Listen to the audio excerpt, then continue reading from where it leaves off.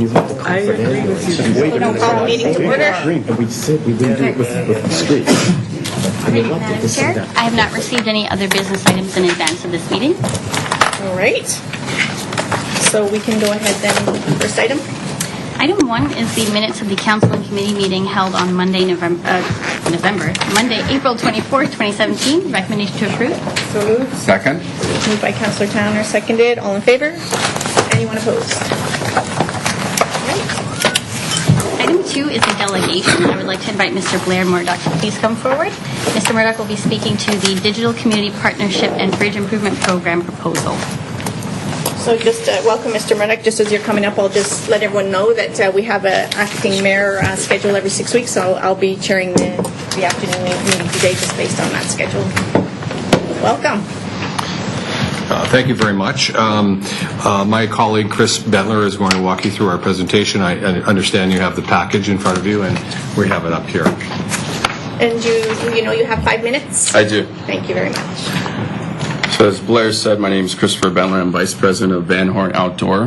Van Horne Outdoor is a joint venture partnership between two companies, All Vision and CP Rail, with the mandate of developing digital advertising assets along CP's right-of-ways, which is why we're here today. We're proposing a partnership program with the city of Coquitlam, which entails 6 digital displays at 3 CP locations within the city. Financial benefit for the city based on a number of digital displays approved. Free messaging for the city community groups on each digital display. Dedicated digital screen time for community initiatives, and permanent city branding on the Lougheed overpass, which you'll see later on in the deck. We've reached out to the community in 2 ways. First, the business community to get a sense of what the community thought of this proposal, or at least the notion of a proposal. And happy to report that there is widespread support amongst the business community to be able to advertise their services, their products on the digital signs. The second component was actually polling the residents in the community to get a sense of what the general community thought of an idea of digital signs potentially in the city. And the highlights really are the fact that the public is generally indifferent on electronic billboards, with 55% saying they either don't know where they stand or that their opinion really depends on the details. Over half are more supportive when they learn that electronic signs can provide new revenue to the city, are placed in non-residential locations, can display things like Amber Alerts or other emergency messaging. And when asked how many signs the city should allow, a majority of respondents said that they would be comfortable with up to 5 sites approved. It's very important to note that only 6% of the respondents actually said no billboards. Here you're seeing an aerial image of essentially what we're looking at is Highway 1. There's about a 3-kilometer stretch of CP rail right-of-way. What you're seeing here is what's west of King Edward Street. What we're proposing is to install 1 sign in this stretch, basically looking at all of the land that we have available and really defining which is the best spot for a sign. Here you see the actual visual representation of what that could look like. 1 sign with 2 faces facing both directions. Here is the stretch that's east of King Edward Street, where we're also proposing to install 1 double-face sign as well. Again, another visual representation of that. Here is the Lougheed Highway, the overpass, which we're actually proposing a beautification of this bridge. The light spires on top give a nice sort of gateway feature, sort of giving the idea of sort of entering and exiting the downtown core. This is actually a full bridge coverage version where the cladding that you see actually covers up the entire facade of the bridge. We would be proposing to do both sides. Here's a night image of what this could look like. This is an actual version of only half of the bridge covered, as opposed to the full bridge, and this will all make sense when we get into the actual financial proposal. The financial proposal here is what you're looking at is sort of the full bridge scenario. We've come up with 2 options. under the full bridge option or the half bridge option, and it's really based on the amount of CapEx that we invest into the beautification of that underpass, as well as the time allotment dedicated to the city or community groups for their own messaging. So you'll see option 1 is 10% time on the digital sign to the city, or 20%. And under the option 1 for full bridge, what that equates to is approximately $12 million to the city over a 20-year time period, where option 2 at 20% equates to almost $15 million over a 20-year time period. The half bridge scenario, again, 2 options, option 1 at 10%, option 2 at 20%. We're looking at a value of about $13 million over 20 years versus almost $16 million over 20 years. Now, for the ask, really we're getting close to the end of the 5-minute time period, and we'd like to pass it off for any questions about the proposal, the financial proposal, the poll, whatever the case may be. But the ask is really, if council does want to move forward with this proposal, we respectfully request that you direct staff to work with us on bringing this into action. All right, thank you. Is that it? That's it. That's 4 minutes and 59 seconds. So, Mayor Stewart. Thank you. And I appreciate your information. I've got one caveat of it because I raised this during our earlier discussion. And that relates to how we characterize the amount of support for this. Actually, I find the bridge version quite interesting, but so if I'm at, I guess that's slide 4 or 5, it says consultation with the public. The public poll said that when asked how many signs the city should allow, the majority of residents said they would be comfortable with up to 5 sites approved. The majority would be comfortable with up to 5 sites approved. And then if you flip to the second last page,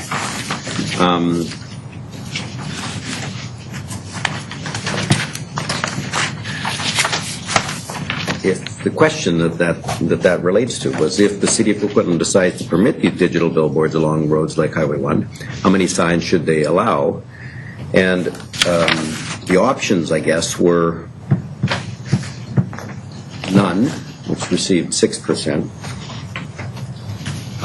Many want more than 10, all those, and one of the options was less than 5.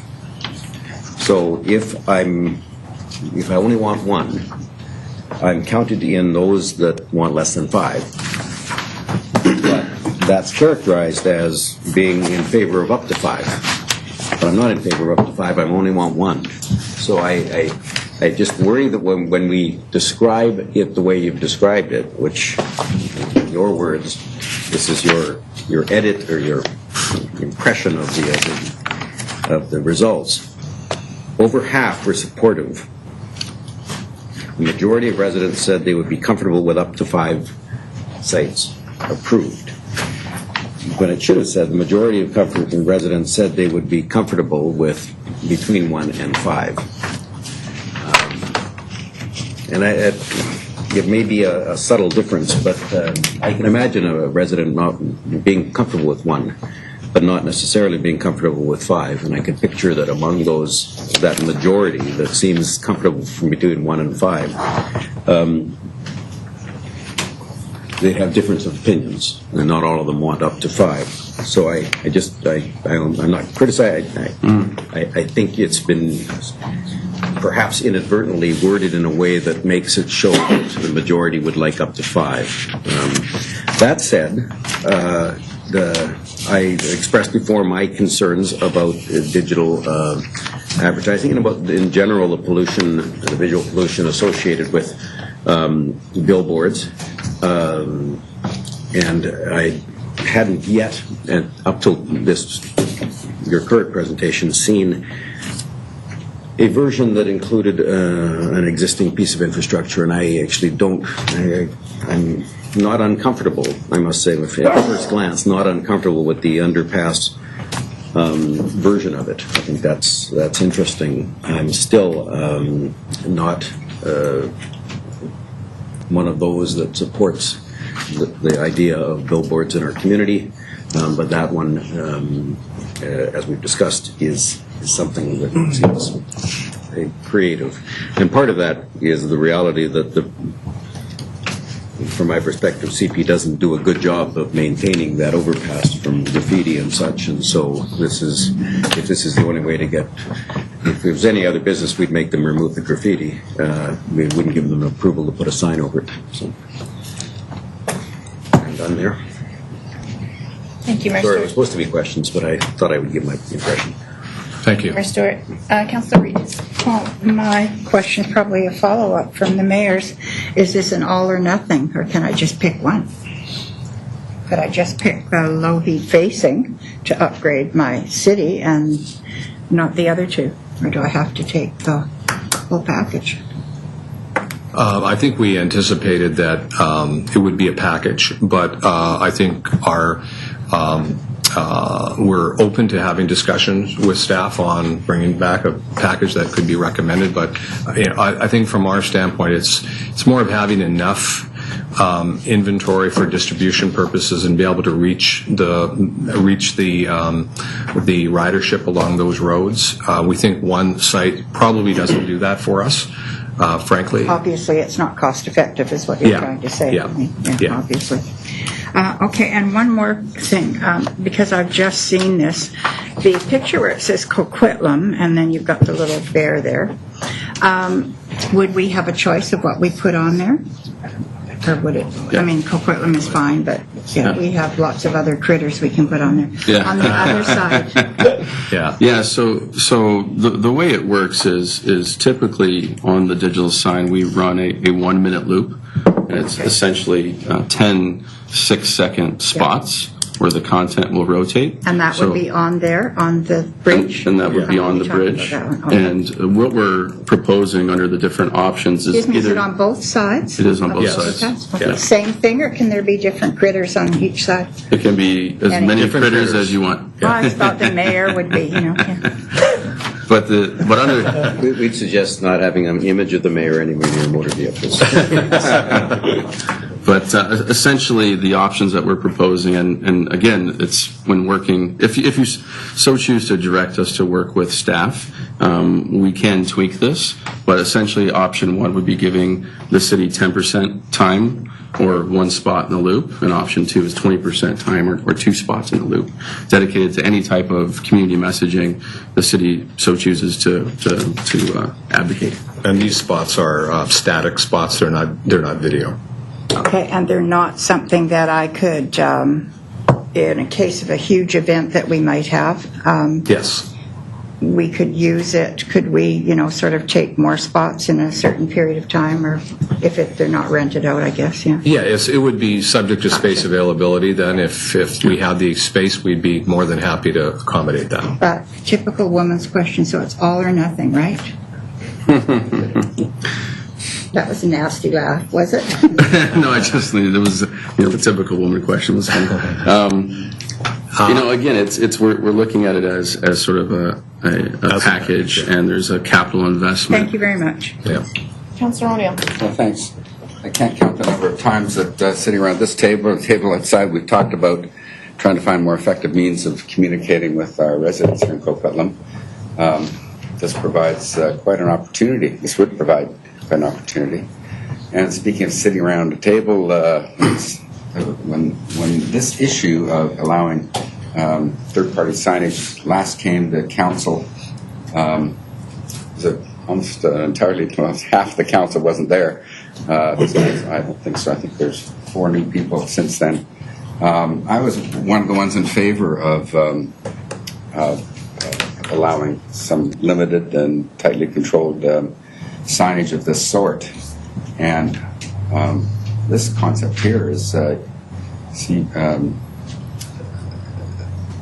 even more appealing than the concept we had before. So I would definitely be in favor of asking you to work with staff to come up with something formally to put in front of us. I think it's very modest what you're proposing. And I think it's important to note that this is on a property that belongs to your clients. And part of the background of all of this, as I recall from several years ago, was that the courts have ruled that that's essentially a freedom of speech issue, that these things should be allowed. And that I'm kind of partial to those arguments, especially when they have a possibility of such a benefit to the people of Coquitlam. So I would definitely be in favor of getting staff to work with you to develop something firmly to give to us. Thank you. And your council. Councillor Mars. Thank you. So on this slide, you talk about the financial proposal itself, but I want to chat about the time to the city. What can you give some indication? You've done this in some other cities. How might they utilize their allotted time? What do you see? It's we want that to be your choice, and every municipality has different needs, and so some municipalities elect to use their time to promote community initiatives, community events throughout the year. Some want to use it for communicating directly with your constituents on investments you're making in the community, status of projects in the community, and that sort of thing. So it's really wide open for you in terms of the use. And because of the electronic nature of this, it's very, very simple to organize. You're literally sending us a JPEG with a certain specification we provide you with, and it goes up almost instantly. It's that quick, and it comes down almost instantly as well. So it has a great deal of flexibility. We've worked with different groups who have an event on a weekend, on a Saturday or a Sunday, and they want to promote that event the day before, and we do that. And so there's a lot of flexibility with the use of the time. Okay, yeah. Building on Councillor Reid's comment with regards to local messaging and the ability to change stuff. I noticed on page 18 you've got message about Amber Alerts and that sort of stuff. Yes. So there's some coordination for that type of stuff. It's got that flexibility that. Yes, we have a partnership with the message out. we have a partnership with the Missing Children Association of Canada, and so they run all of our Amber Alerts on our digital network across Canada. We're also working with another municipality right now whose interest lies in silver alerts, which is I'm not sure if you've heard of that, but for some of us that are getting silver hair or have silver hair, and with Alzheimer being so prevalent in the community, it's an important service as well, and so we're using it for silver alerts as well. Okay, that's an interesting one because it's one that unfortunately I've experienced firsthand. I know our municipalities had a lot of discussion about it, but when one of your parents wanders off, they're suffering from dementia, they wander off. It's incredibly distressing. So the ability to get a message out is interesting. I've spoken before to staff about how I think we need to take a hard look at how we help get messaging out to residents. I've been doing it in a professional manner, and I've been somewhat critical at times with regards to some of the placement of all the various signs that we've got. So I would be interested in hearing from staff on how something like this could be done, what it might look like, and helping get some messaging out. So whether it be for our Canada events, whether it be for, the kids' sports and the soccer registrations and football registrations and messaging like that to help get it, I think it's good. We talk a lot about engagement and how we let people know. The one on the bridge appears to be entrance point to one of our most densified areas. I think it might be an interesting thing to do. So I would absolutely support, as Councillor Neal said as well, that staff take a look and see what might this look like. To the mayor's comments, I don't necessarily think I'd want them all over the city as well. It's a matter of finding that balance. But I'd certainly be interested in seeing what that might be. Thanks. Thank you. Thank you. And thanks for the second opportunity. I wanted to make clear as well, though, that any discussion related to this would obviously have to be opened up a little bit more publicly to the other agencies that have the similar offerings. We have many things that cross our roadways, and we might, for example, have an application to do similar stuff on a pedestrian overpass a kilometer down the road or something. So I will want, and I'm sure that council will want, that if we do entertain the idea of outdoor, that we're going to open it up to all the outdoor operators, and I fully expect you expect that. Yeah, listen, we're not here to ask you for exclusivity in the market. We'd love you to give that to us, of course, but we understand that if someone brings forward a project that has merits, like we believe we have, council should always consider projects on a merit basis. And if someone has as good or a better idea than we do, then that's obviously you need to consider that. We're kind of here to present what we can, because we have this partnership with Canadian Pacific, and it's a unique partnership. It allows us to do interesting things like what we're proposing today. Happens to be an overpass that happens to be going through your community, which is an opportunity to improve. And we're doing this in other places, and we're getting people very interested in having rail bridges, older rail bridges, and CP understands it, improved. And it's a way of improving some infrastructure that might not otherwise be improved. So, again, you should always consider every project on its own merits. Absolutely. Okay, and in that context then, I'm wondering about the responsiveness, how quickly it could be changed to deal with a local situation. And for example, if a road were to be closed for whatever reason, how can we take over the sign effectively for the hour that the road is closed? Yeah, so we have in one of our sort of protocols that we have is if there is an emergency that happens in your community, then we hand over the signs for the first 2 hours of that period. Typically, that's what we do. That's our protocol. So you would have complete use of it during an emergency. That we're flexible with that. If we have additional time that we can make available, depending on the magnitude of the issue, we're absolutely will work with you on that. But that's been a protocol, and we can establish that. I think I would foresee if we do move forward with our project with you, we would have some form of agreement between Van Horne and the city, and it would lay out all of those conditions, and that they would be contractual, and you'd have certainty on how you'd be able to use the signs and those kinds of conditions. We would be happy to entertain and negotiate. So. And I've asked you before, and you've answered, and I'll do it here in the public setting. For the record, the kinds of restrictions that we might be more comfortable with, the kinds of advertisers we might be less comfortable with, yes. Those are restrictions that you can embrace. Absolutely. We've been involved with many, and in my career I've been involved with many agreements with cities, and we understand certain categories are sensitive to municipalities, and it's not uncommon to have category restrictions, specific restrictions, and we're comfortable with working with you. Every municipality is slightly different, and we would work with you on that for sure. And my last question, if we were to open it up and you were the successful proponent, you would also be willing to take other locations over which we have access or control, perhaps with a different payment structure, because if we find, let's put the cards on the table, if we find that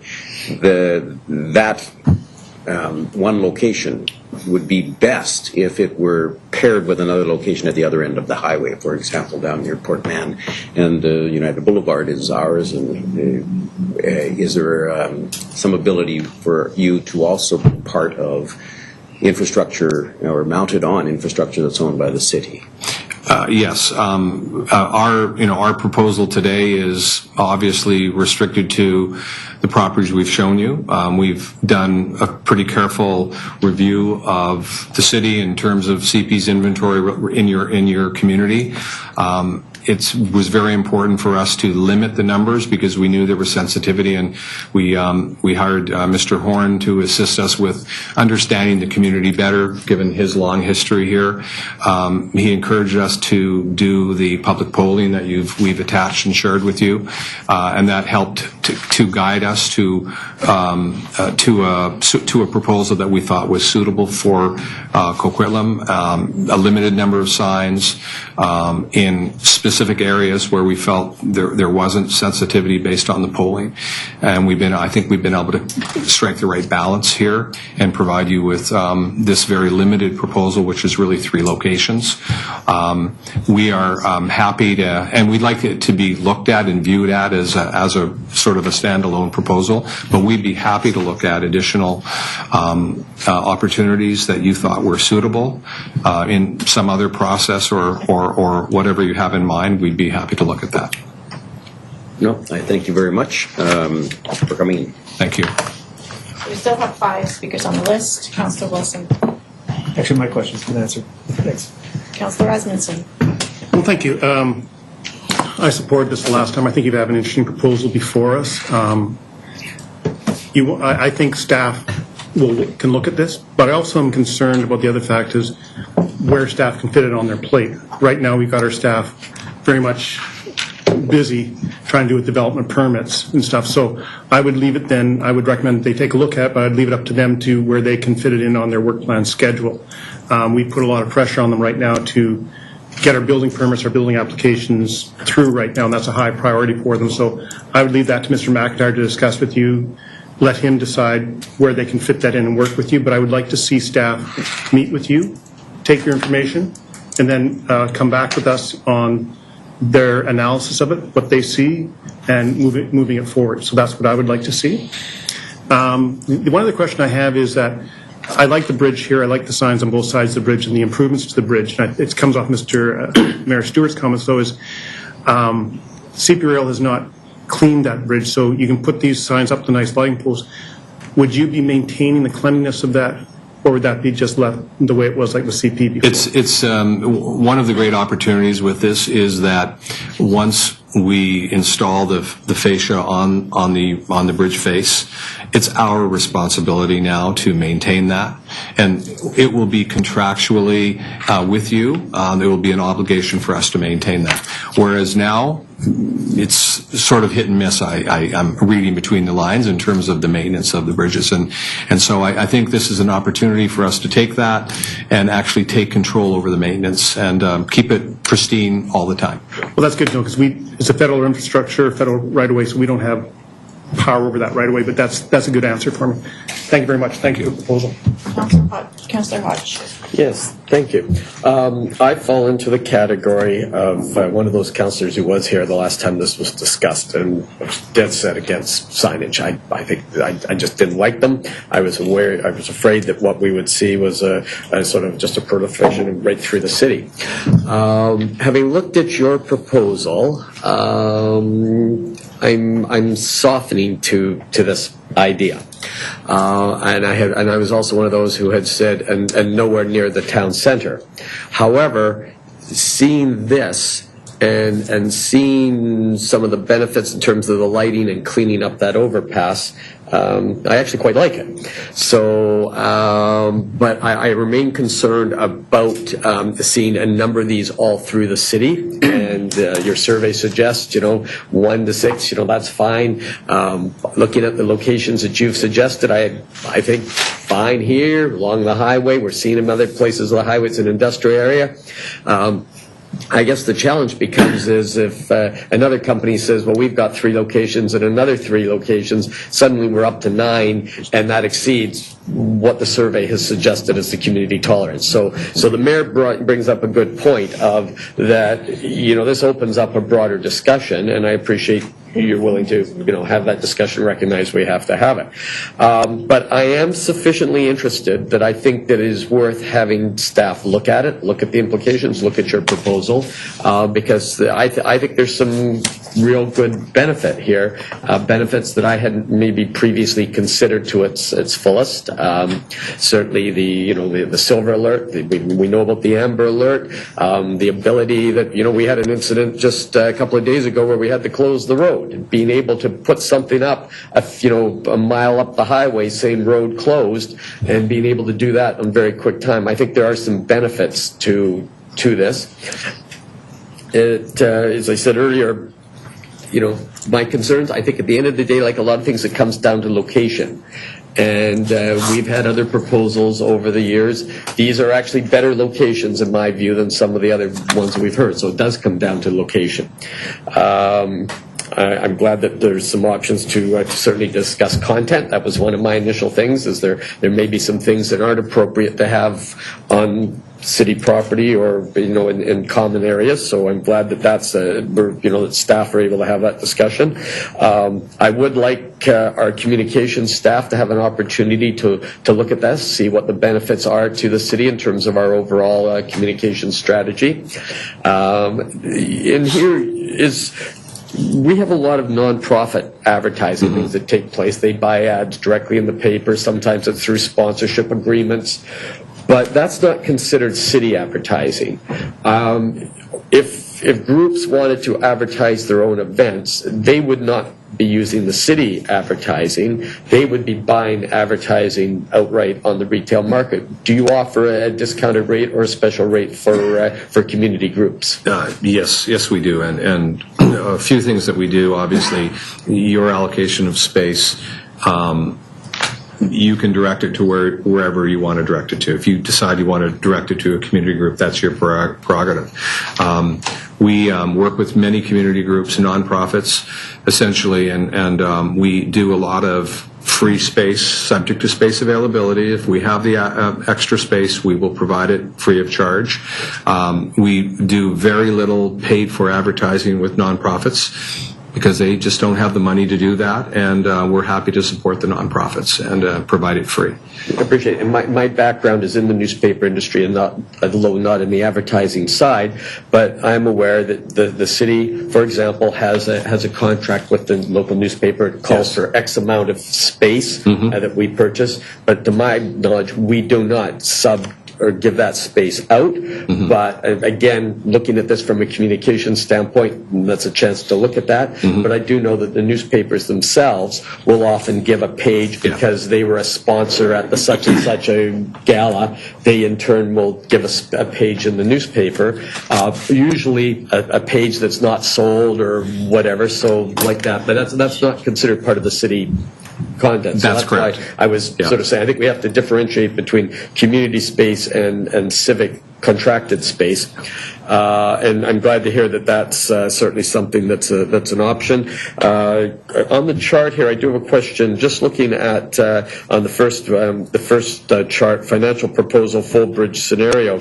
I'm just wondering how the numbers across the bottom, you arrive at those, because looking at the 20-year value of time to city, 3.8 million over a 20-year period. Am I getting our annual payment to city? Annual payment to city, 290 over a 20-year period. I'm just sort of wondering if these numbers on quick glance don't appear to line up, because 290 times 20 doesn't equal 7. What you're not seeing is the 2.5% annual escalation. So there's an inflationary. That's correct. Okay. It's in the footnote at the bottom, but you're just not seeing it add up in the actual so they're increased. So you factored that into the increase, okay? And I'm just out of curiosity, the Lougheed Bridge, you factored that in at a lower value. Is that just because the sign is smaller, or to me, I would think that would be prime, or is that because there's a higher capital cost? Yeah.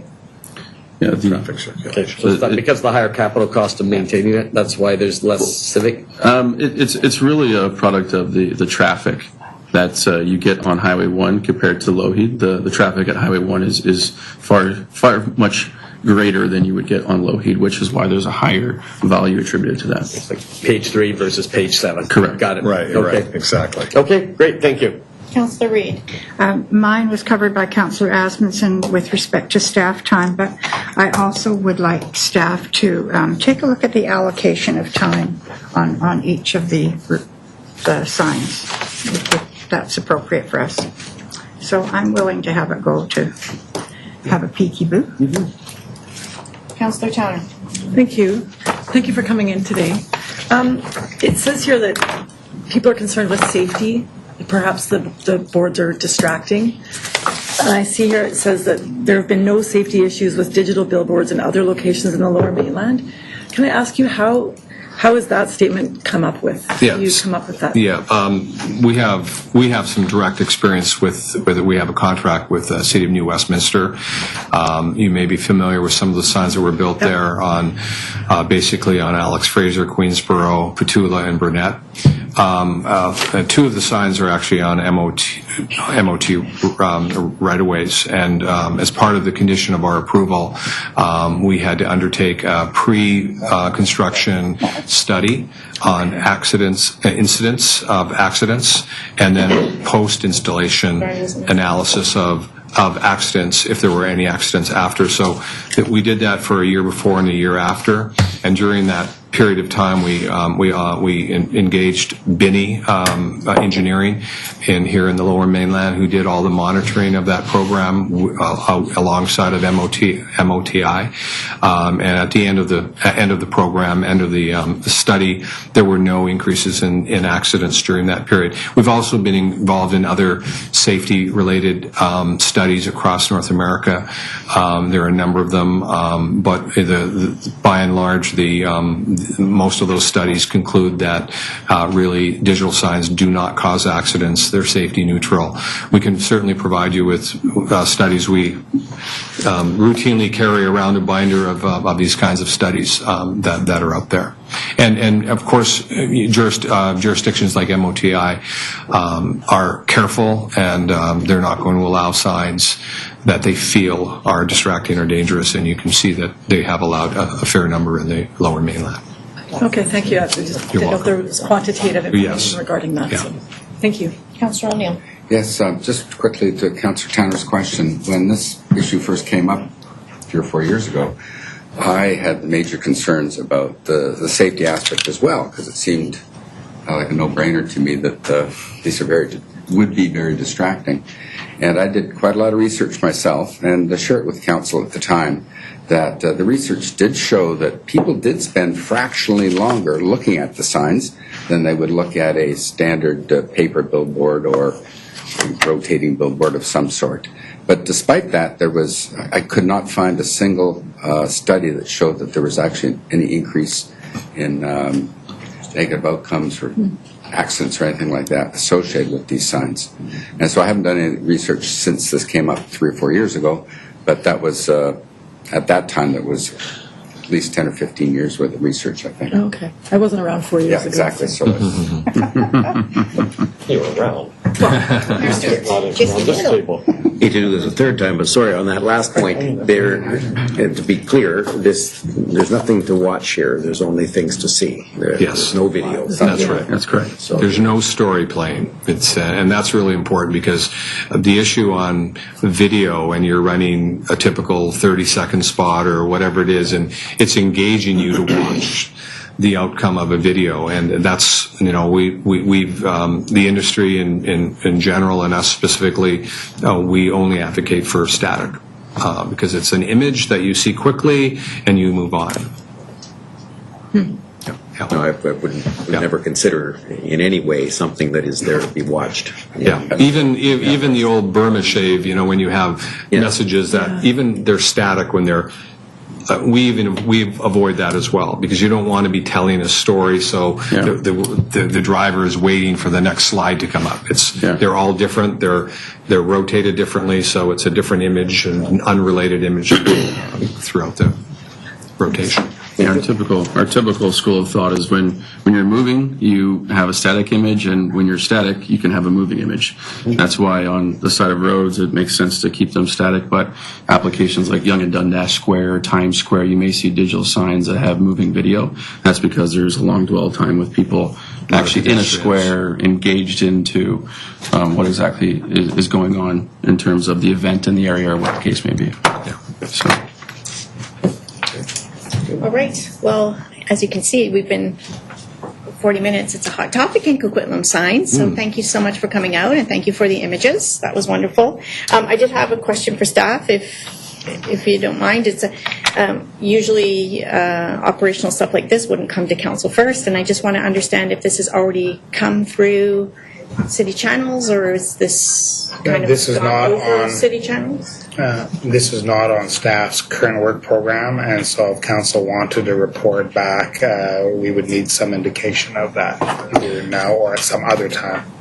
So, Mr. Slevin, just to ask the question then, I think this is the first time, or one of the few times I've sat around the table when we've kind of, I would say, a bit of a sales pitch at the council level. So I guess I'm just trying to understand, is this the channel? Is this the way for us to move this through, or should we ask staff first? Or? If I could, can I have a reference to a closed meeting? There's a couple of elements I would like to discuss. And a way forward or not might come out of that. So I propose it will be an OP in the next one. Okay.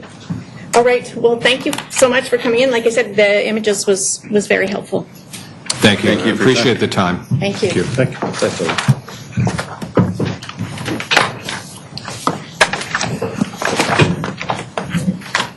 Right.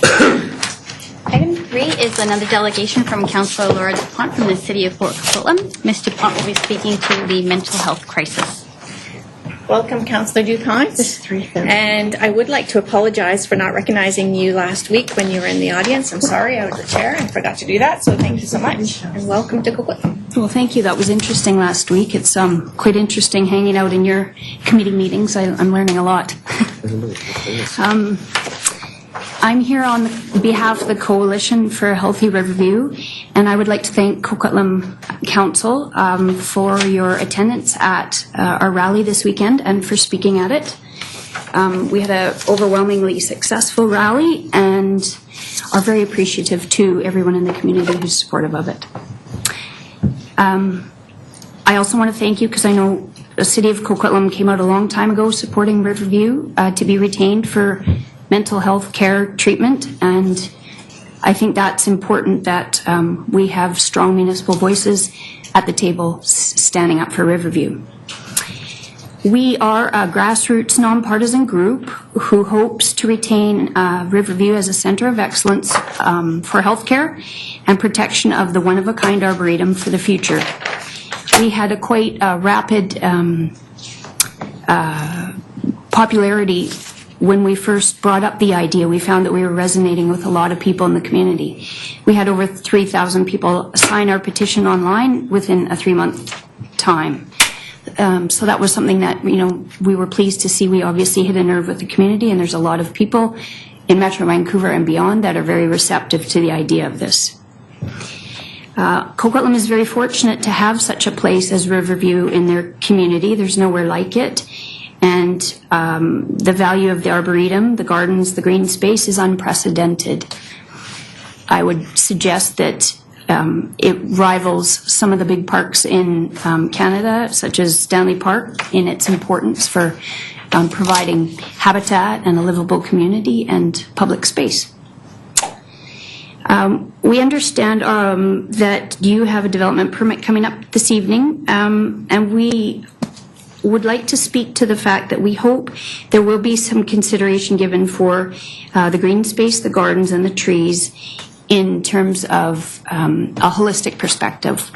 We want to highlight that we are concerned about the word arboretum versus tree collection, and that we feel that as a coalition, the therapeutic value of the Riverview lands is important to consider all the trees as one big whole park area or arboretum.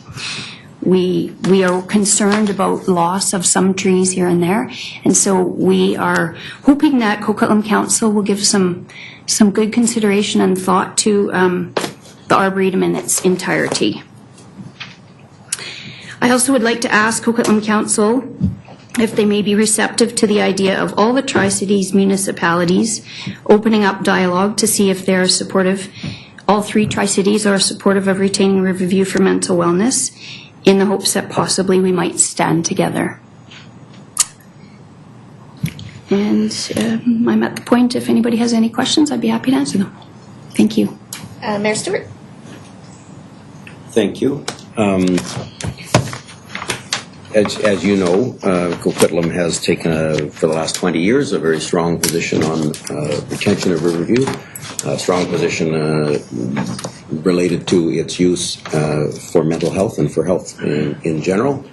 The development variance permit that's come before us tonight is related to one of those buildings, one of the buildings we had hoped would be built at some point at Riverview. It's two of the buildings, actually, the buildings that will house the Burnaby Centre for Mental Health and Addictions, the Provincial Assessment Centre, and the Maples Adolescent Treatment Centre will all now be relocated from Burnaby to Coquitlam. This isn't an expansion as much as it is a new build, an opportunity to have buildings that were purpose-built for that. And I know an effort is being made, and I'm sure you've seen the package in the staff report that refers to tree retention as one of the important issues.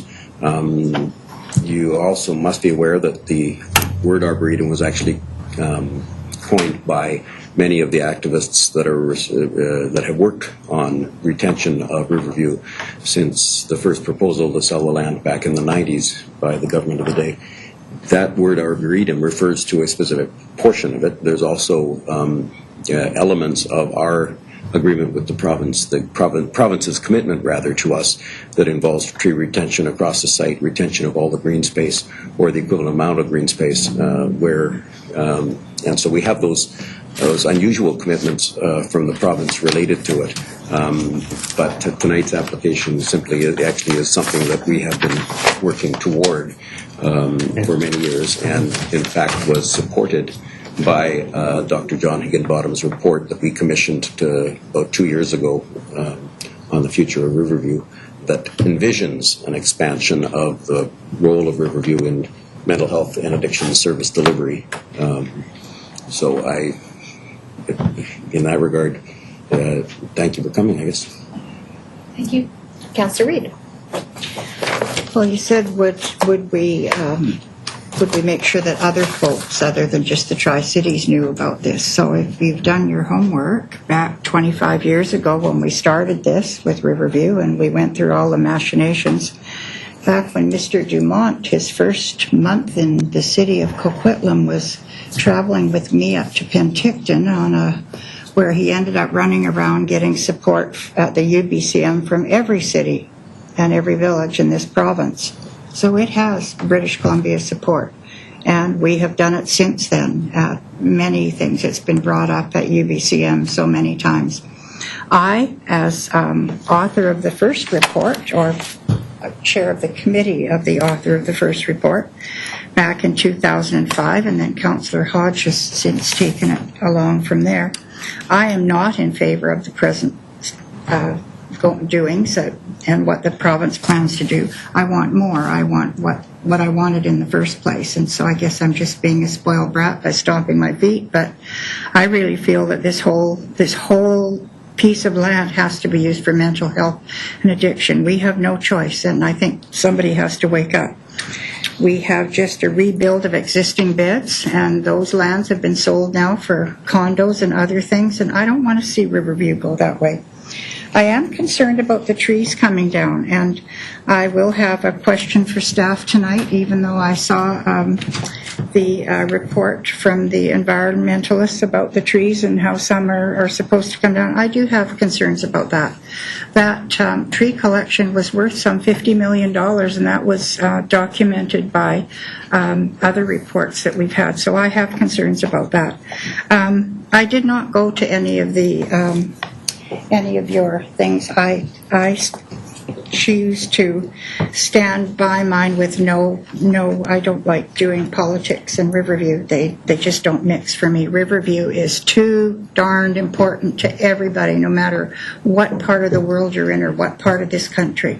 And but I do back what you're trying to do because I believe in what you're trying to do.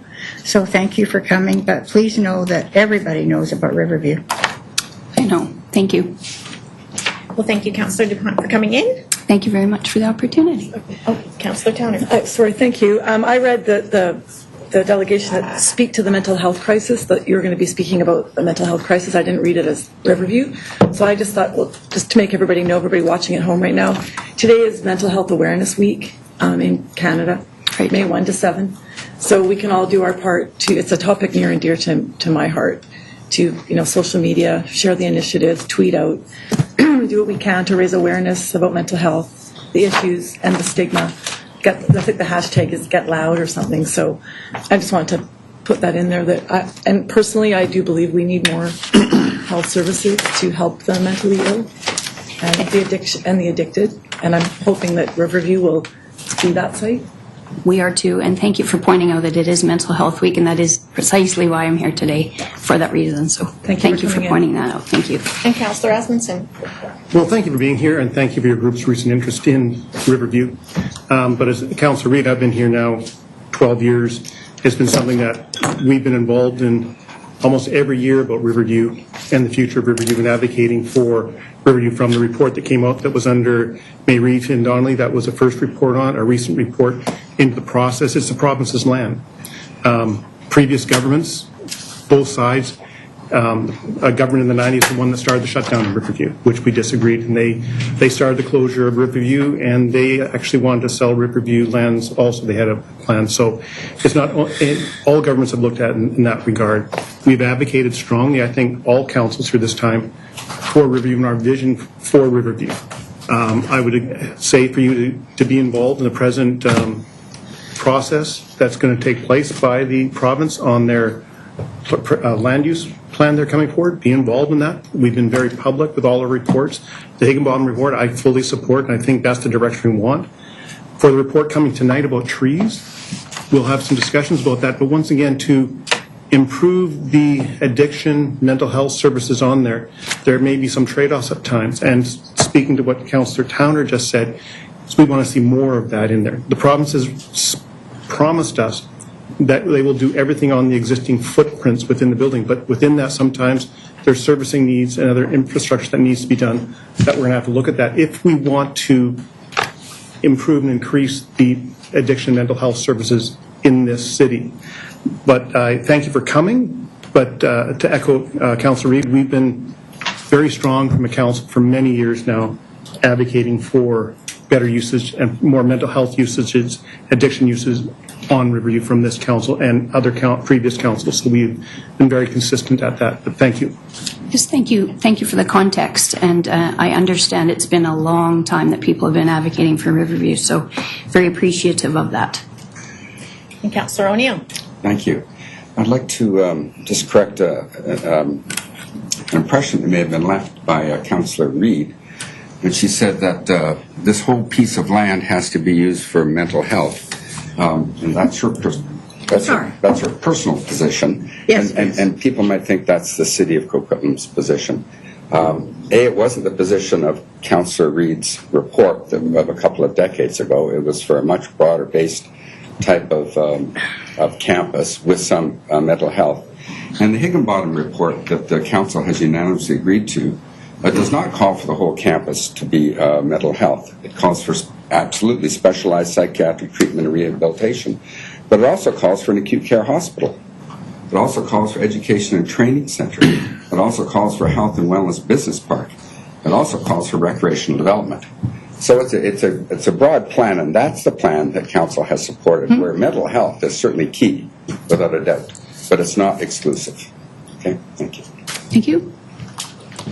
Councillor Marsden. Thank you, and thank you for pointing that out, Councillor O'Neill, because that's very important. I want to thank Councillor Reid and previously Councillor Donnelly, now MP Donnelly, for their work on this file, because I know it was Councillor Reid that brought it to me when I was with the Chamber of Commerce, where we were successful in getting 100% support for the business community that Riverview lands be used primarily for the delivery of mental health and wellness services for the province. And so that was consistent with the Higginbottom report. It was consistent with the direction of council. And so again, I only offer that to further support Councillor O'Neill's comments, but your request as well, that, will this council work towards ensuring that others are engaged in the process? I would suggest that the people around the table have already proven their willingness, not just with words, but with actions to work towards it. So thanks for coming in. Absolutely. Well, it's an idea I'd like to, I wanted to ask your thoughts on that before I started approaching any of the other Tri-Cities municipalities. So I thought that would be the respectful way to go about it. Right. Thank you so much for coming in. Thank you. Actually, one more, Laura, if I could. My apologies. Mayor Stewart. Yesterday, 4 members of council, 5 members of council dropped by the rally. It was billed as a nonpartisan rally, and I urge you, if you're part of the organization of rallies like that, that you either be meticulous that it's nonpartisan or acknowledge that it isn't nonpartisan, because yesterday's nonpartisan rally was very, very partisan. And it left some people, and I saw talking to people as I was leaving, that felt that they'd been misled. And I said from my comments that I support the position that council has taken. I strongly support it, but I also strongly believe that this is, as Councillor Reid said, too important an issue to be left as partisan, because when it's partisan, then that means that after the election, one party has won, and you've offended. You potentially have. We have commitments from a party. We have commitments from all the parties, actually, about what they want to see there, and we want to keep working with all the parties, and we want to make sure that this is addressed in a nonpartisan way, because we feel that that's not only our role, but it's also the best way to achieve what we're going after, and that is to make sure everyone comes to understand the importance of Riverview, the meaning, and some of the comments were outrageous in a nonpartisan setting, and so I've said it to some of the organizers, and I'll say it again, that if you say you're nonpartisan, be nonpartisan, but if you're not nonpartisan, or you're not going to behave in a nonpartisan way at that kind of a rally, don't bill it as such. This is a vitally important issue. We're passionate about it. There's a lot of people that believe that there should be no market housing on that site. But one of the important attendees at your rally in favor of no market housing on the site has already endorsed the provincial plan, the provincial vision for market housing on the site, the complete community plan. And it seemed at that point that it wasn't about the plan, it was about as some people said, the election of this person or that person or whatever, and that's, I realize the timing makes everything a little bit partisan, but this is a really vitally important issue for our community and for the people who suffer from mental health and addictions, and we will strongly support the nonpartisan efforts to make it happen. I agree. We too are nonpartisan, and just to clarify that the Coalition for a Healthy Riverview engaged all political parties every step of the way in everything that we've done, but we did not have response from all political parties, only some, so we did engage. Yeah, I spoke to them and they said it's because they felt it was probably going to be as it actually turned out. So they were invited every step. So, Councillor Reid. Yeah, I'm going to respond in some part to Councillor O'Neill, because I spent 12 years doing this, so I get it. And when we first started, no, there wasn't going to be a primary care facility. That came up when Councillor Asmussen came in a few years later and says, we need a hospital here. And that was great, because we would definitely put a hospital in. I mean, this thing evolved from 2005 on. Every year we sort of added. But if you guys want to do something and you want to take something away, go find me a hospital that trains mental health people, nurses, doctors, advocates, scientists. Texas. That's what we wanted. That's what we wanted. We wanted a mental health campus there, along with the hospitals, because we feel there is a need for primary care for those poor folks who really need to have 24-hour care. We don't have that. We need that. But we also need teaching facilities. And that was one of the biggest things that we came out of there with. And then Brent came up with the idea of, well, gee, if we're going to have that and some kind of tertiary care, why don't we, sort of expand it? And it's just grown. But the biggest thing is make that a mental health campus. get teachers there, get doctors there, get students there, bring people from all over the world there. We seem to be able to bring them all over the world to other campuses. Why can't we do it here? And let's make mental health the focus of those lands. So that's where it was going. Thank you. Thank you, Councillor. And I just want to say, I did attend the rally, and I did appreciate that we heard voices from everywhere, not just political parties, but all the different communities that were invested. So I have to say, if it was a choice of some parties not to show up, I'm not going to say that I think that it was because they thought it was going to be political. I think it's a very important subject, and all the stakeholders were there, and I enjoyed hearing from everyone. So thank you for that. Thank you for coming in. Okay, thank you very much for the time. Bye. Item 4 is the Austin Heights Neighbourhood Centre Density and Height Review Outcomes and Proposed Directions. We have introductory comments by the GM Planning and Development and a presentation by the Manager Community Planning and Planner 1. The report is prepared by me. Mr. McIntyre, Mr. Johansson.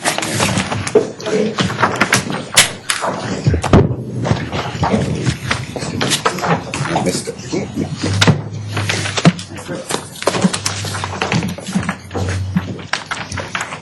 All right. To the clerk, or hello? Are you going to?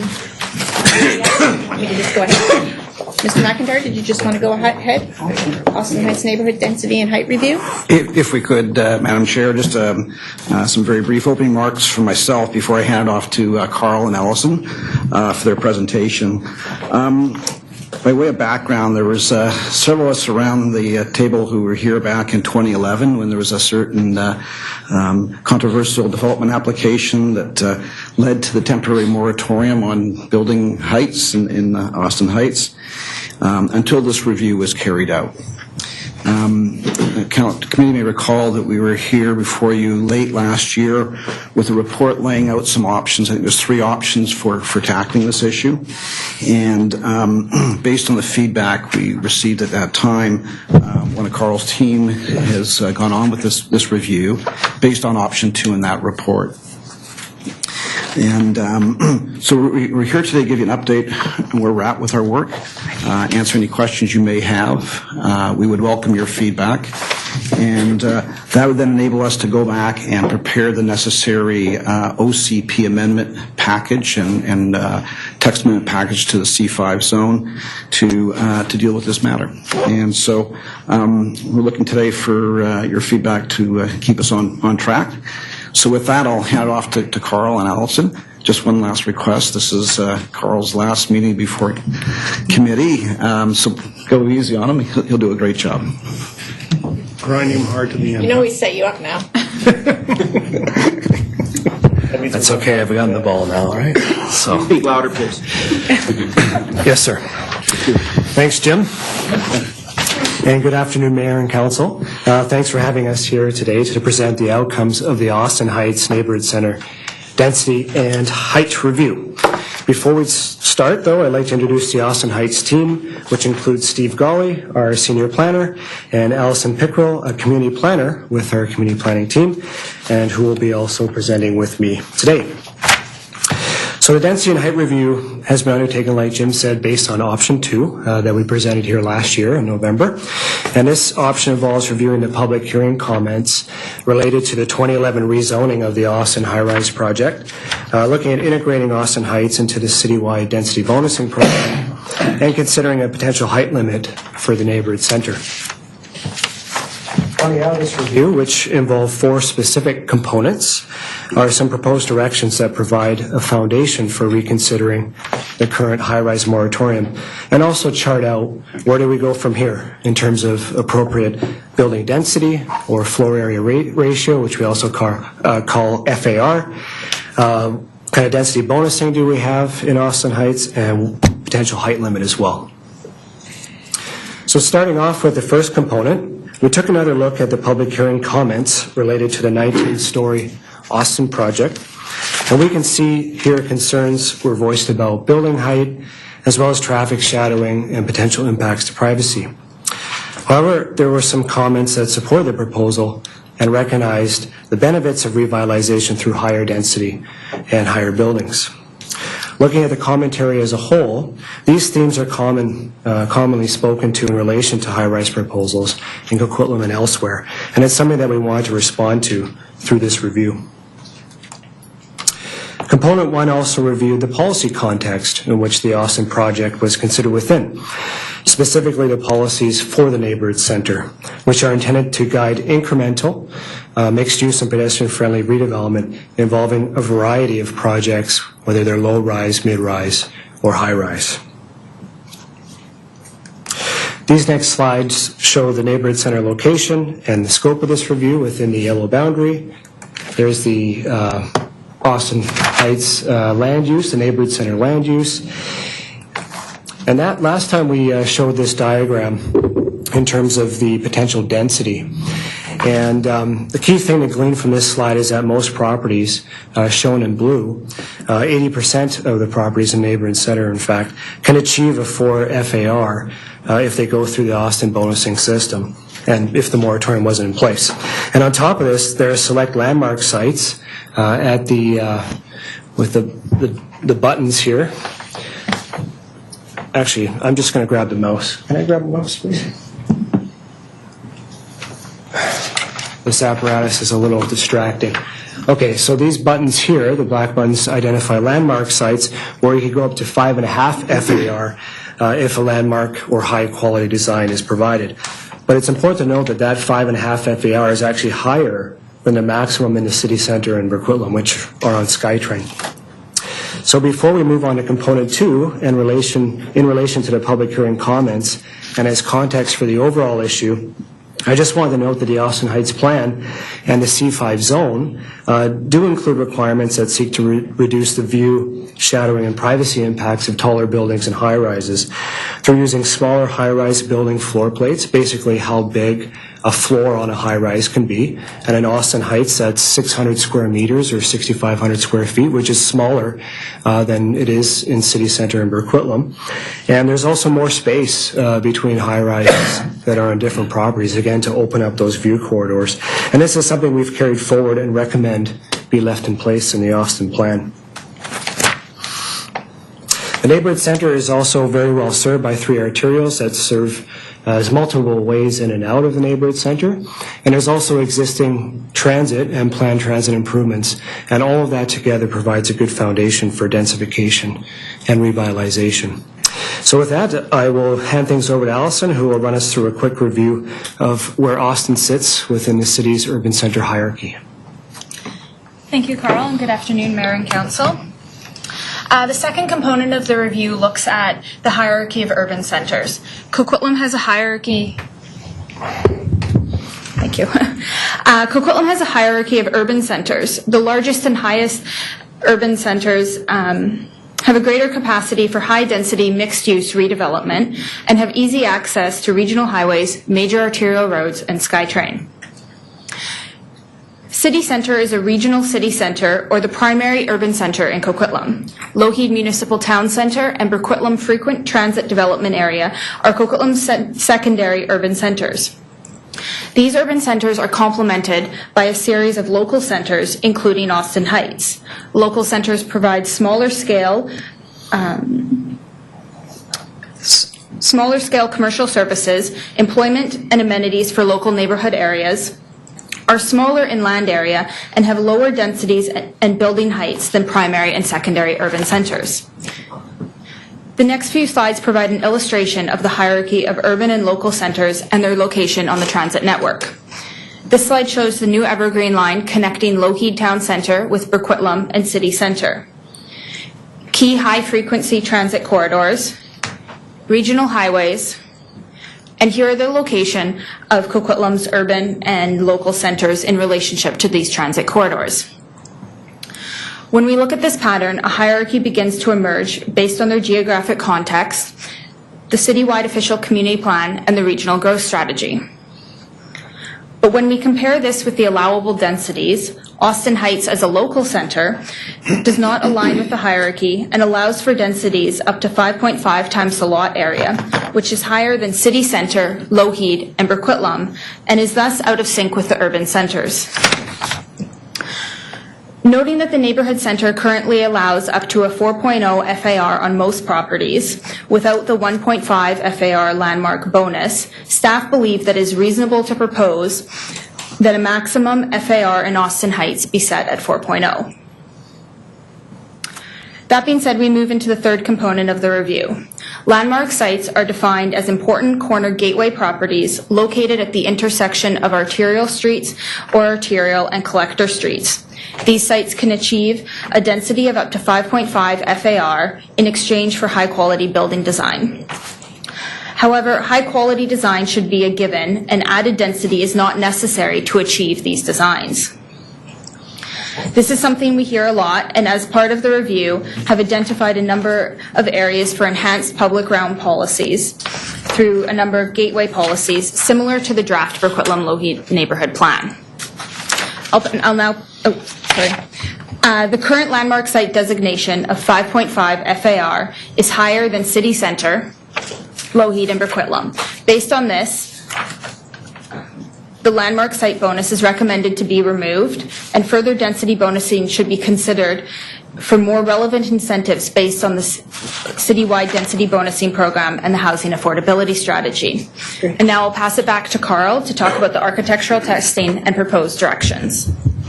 Thank you, Ms. Pickrell. Actually, was there an introduction at the beginning? Because I don't think Ms. Pickrell has presented to council before. I have not. If I may, through the chair, yes. Allison, this is for Allison's first time, and she is one of our community planners on our community planning team, and is doing a good job, a great job with the analysis and carrying forward our projects. And she's also involved in Coquitlam-Lougheed, which is going to council tonight. I agree. The graph was very good, and it was very intuitive. Thank you. Okay, Mr. Johansson. Okay, thanks, Allison. So let's take a brief look at the last component, what we call architectural testing.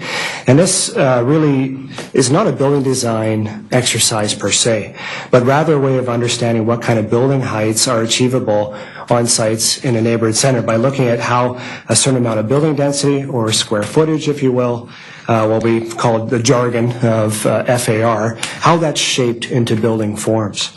We retained Merrick architects to do this work, and this helped us also gain not only an architectural perspective on what building heights were possible, but also get an understanding of the market viability of these projects in the Austin Heights area based on Merrick's experience in designing similar projects in Coquitlam and elsewhere. This testing was informed by some basic inputs like the high-rise floor plate that we talked about, 600 square meters or 6,500 square feet, and also ensuring that we apply Coquitlam's parking standards to ensure these tests are fully parked according to our zoning bylaw. And we also reviewed the number of density thresholds, what heights were possible at these thresholds based on what's in the Austin plan right now and what's in the city-wide density bonusing program. So 2.5, 4, 5, 5.5, for example. Before I show a couple examples of Merrick's work, I wanted to briefly refer to this image again that I brought forward last November, which shows how FAR is shaped into buildings of a certain height through the use of lot coverage, and in the case of high-rises, their floor plate. This image provides some insight into Merrick's work and uses a more real-world property size in Austin Heights, and it shows what a point-and-podium style high-rise, where you have a commercial or residential first floor, second floor, and a high-rise on top, what it might look like at a certain FAR, in this case 4, and with a high-rise floor plate, which works out to be 25 to 26% of the lot coverage, and in this case, you get a 14-floor building. So we tested 5 sites in total, ranging large to small, and these couple of slides show the basic massing that was done.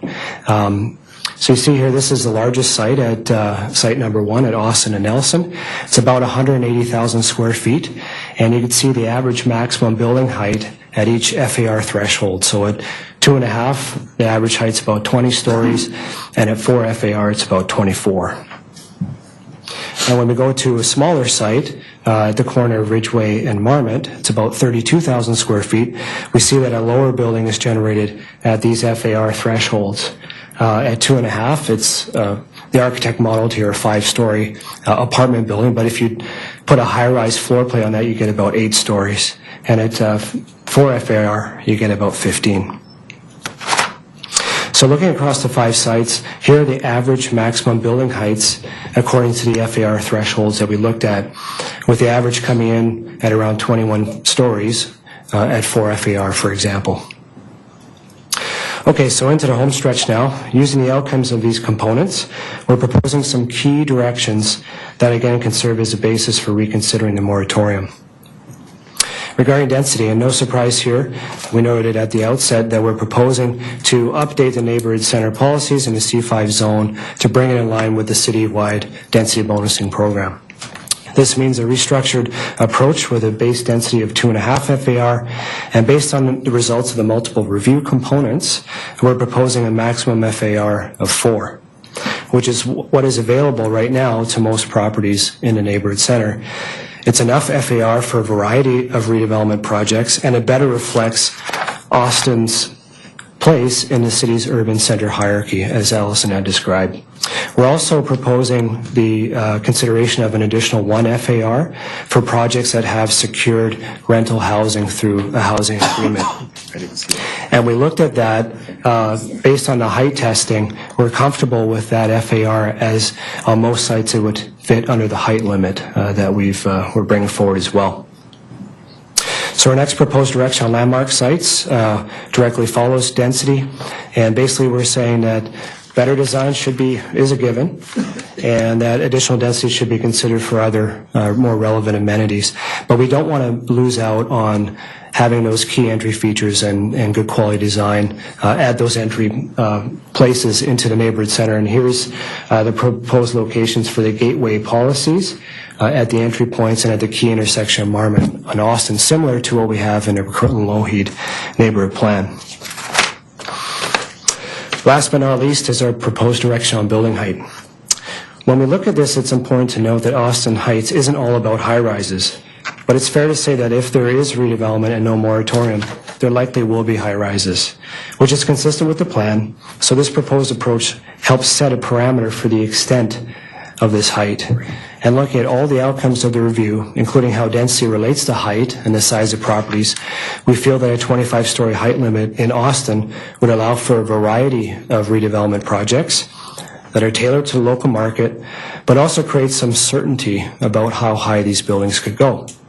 It's also important to point out that looking at the testing, this height will be difficult to achieve on the smaller sites, which will result over time a varied skyline in the area. And on larger sites, the projects will have to fit within the height limit, and that will result in, again, a varied building form, which has been called for in the plan.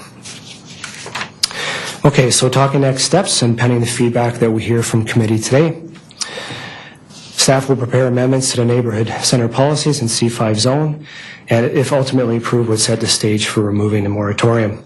And as noted in the November report, this review also involves focused consultation, involving an information mail out to property owners, tenants within a neighborhood center, and key stakeholders like the Business Improvement Association. And this information mail out would provide an overview of the review, and feedback that's received would be incorporated into the first reading report for council's consideration, and we're looking to bring this forward to a public hearing in July 2017. Thank you.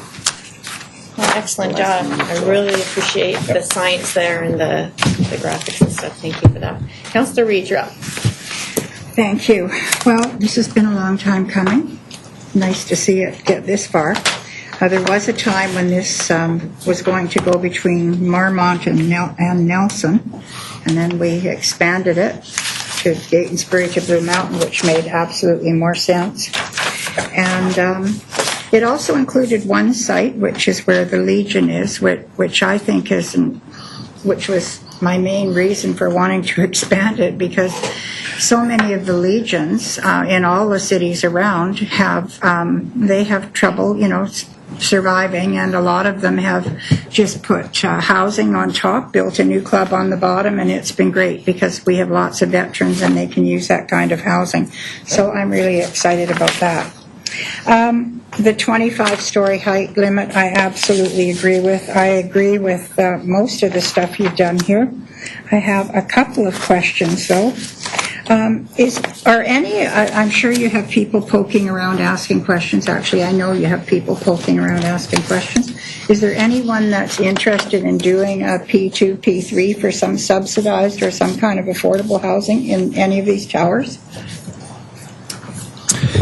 Through the chair to Councillor Reid, we have had some approach us, some developers, but at this time we haven't had anything. That's good, but we've got some people running around that That's make correct. Councillor Wilson happy. That's good. We do have an affordable housing strategy, so there are funds there to work with, and I like that. The 4-story maximum height on the south side of Austin. You are on the north side of Austin. We're still going to have commercial on the bottom of all the towers, correct? Will the commercial go right along the whole, so every building will still have commercial below, and we're going to give more options for those commercial spaces instead of just doctors, dentists. We can have dance studios, etc. Yeah. Okay. Urban Village is an absolutely great tag for this, because that's really what it is, and I really like that. We have the best group of businesses in there with the Business Improvement Group. They just do a magnificent job. So whatever we do has to just march in there and show them that we care about all the work that they've done. So I want to talk about shaping. And this was always, Carl laughs at me, this is always a big thing with me. I want to take, because some of them are going to be smaller lots, and some of the owners I know have got together and they're going to do larger things. But it's so important that these tall, skinny buildings, the skinnier the building, the better it's going to look. But I also agree that I think we should take an option just for making a very beautiful building. They should get more density. No, if you don't make a very beautiful building, go somewhere else. I only want beautiful buildings here. So we've got the land, and we've got the place close to Vancouver, and I want to make it look wonderful. And if they want to come here, then bring me a beautiful building. I asked about the below. When you call shaping, does that include in your planning ease turning buildings and like turning them on sites and that, so that we get a lot of variety? So I could have one sort of going this way in a lot and another one this way, so that we get variety. I don't end up with a whole row of, yeah? Yes, to the chair, to Councillor Reid. Again, with each site has opportunities for shaping those buildings and turning buildings, and I would say that that's something that the development planning staff would look at. Yeah. And the architectural testing also showed that based on what the market is indicating elsewhere, is that you could even have some rectangular buildings that reduce the profile, Yes. so to enhance the views going south. I'm interested in. Yeah. Okay, thank you. You've got here that the proposed amendment will align the C5 zone with other zones in the citywide density bonusing program, blah, blah, blah, and will provide clarity and consistency. Is that necessary for you, that everything aligns with each other? You don't want to have different rules for different places? If I could, Madam Chair, I'll try to address that. On one hand, yeah, simplicity works for everyone. It's one book, one zoning bylaw. Favor us or the end product? My response would be, no, I think the city's density bonus system is quite successful. It's well received by the development community, and it's been pretty lucrative for the city. I think you want to have a level playing field. You want people coming to Coquitlam, they don't know that different rules for here, there, and everywhere, and that's one of the drawbacks with the landmark site. Like, what's landmark? Beauty is in the eye of the beholder, and you're basing your bonus on that, your density bonus on that. So really, one of the strong underpinnings of this whole review and analysis, and they came to us pretty early on, was that there's advantage in having that level playing field. We've got a good system that works. People understand it. The development community is working with it. Let's apply it to this area as well. Okay, so you know my adage about that. If we've got something and we're having a lot of trouble making it fit, then maybe we've got the wrong thing. So I think, if we could, Madam Chair, in this case, I think we have something that works quite well, and let's apply it, continue to apply it. okay, and then my last thing is the shadowing. You've taken all that into consideration. So I guess I'm good to go with this. I really want to keep the urban village, the smallness, that feel. the way it is, and I think we can do that with what we've got. And we have all these rental buildings and older stratas around, and I just don't want them to think that they're going to be looking out to 2 blocks of, just cement pillars all along. There has to be some movement. And I would like, I think in this strip, I personally would like to see, as this starts to grow, I would like to see a map kept so that council can see where we're going and how high we're going and what shape the buildings are coming out, so that we can better utilize and give better opportunities to all these big rental buildings on, Howie and to the north, and not ruin the view of the park for folks either. The views become very important here. And Charlene down below, medium density apartment. How high, right below the Austin Avenue, right in this, where you've got Charlene and the dark brown, the medium density apartment? How high is that? Through the chair to Councillor Reid, typically the zone is 4 to 8 stories. It's what? It allows a range of between 4 to 8 stories. Oh, okay. Because that's view corridor there. So, again, there's another one you're going to have to be really careful with. Okay, thank you. Good job, and so happy to see it done. Councillor Marsden. Thank you. And I'll echo Councillor Reid's comments. This is some great work here. So Allison's first time presenting to us. Thank you very much. If you're the future of our planning department, we're in good shape. Thanks. A comment Councillor Reid made with regards to the Ridgeway and the Legion site, and I want to build on that because of the comment that we have in here, and the terminology used, Carl. You referred to it as an additional bonus density for rental. The report says market rental. So I want to make sure that when we go out, we're clarifying that this is the housing affordability strategy we've got speaks to non-market and market rental, correct? Through the chair to Councillor Marsden, yes, it would be consistent with what's in the housing affordability strategy. Market rental, secured market rental with a housing agreement, and of course if there's opportunities for below market, absolutely. As part of it, I want the development community to know that we're interested in seeing supported market rental as well. Yeah. So if there's, would be between the Legion and somebody else. Well, that could be the Legion, it could be others, but let's make sure that it's on their radar as they start to look at projects. I want them to be thinking about including these types of things in developments. It speaks here on page 9 of the report, creating the existing 4-story limit on the south side. Yet this slide here indicates that the entire south side isn't 4 stories, just the ones that are crosshatched, correct? Through the chair to Councillor Marsden, that is correct. Those are the properties that are adjacent to our housing choices area, the neighborhood attached residential. Okay. Yeah. So I think as we... In this area here.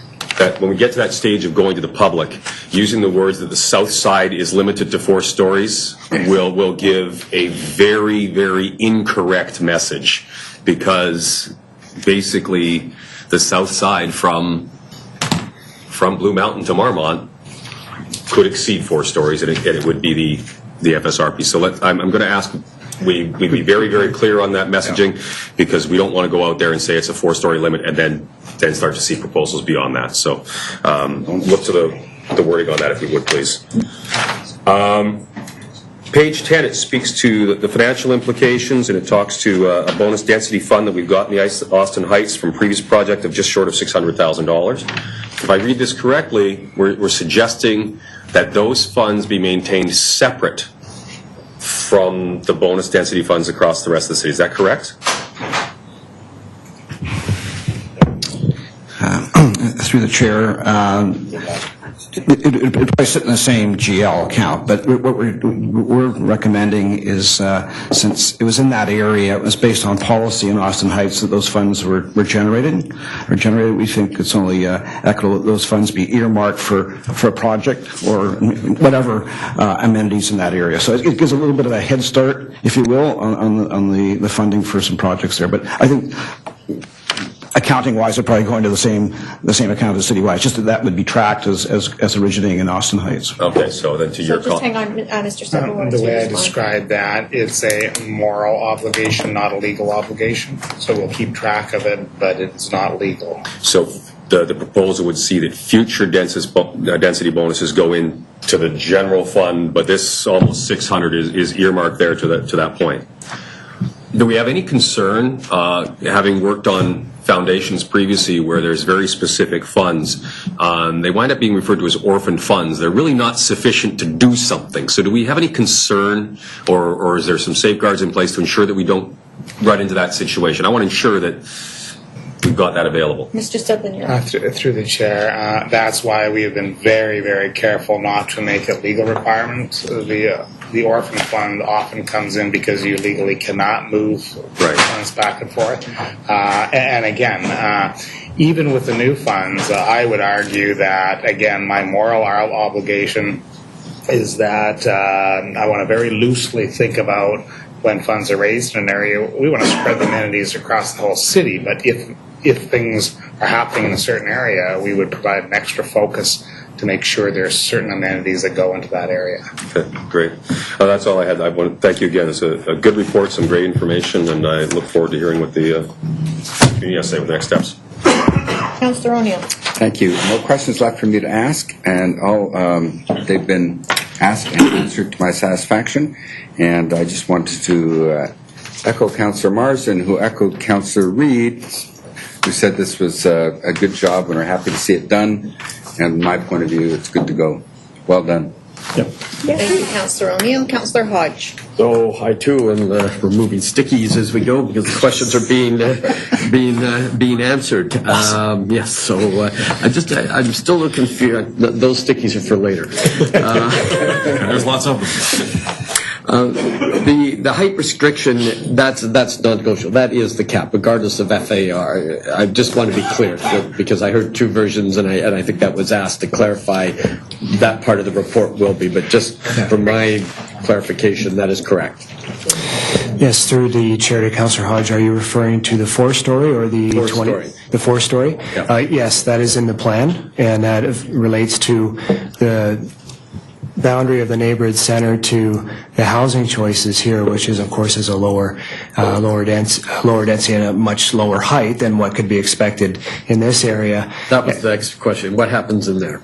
In here, yeah. In the medium density? Yeah. In fact, there is no specific height, but the plan does speak to ensuring there's an effective transition between the neighborhood center and to the neighborhood attached to the south. But that falls out of today's discussion because we're talking within the yellow boundary.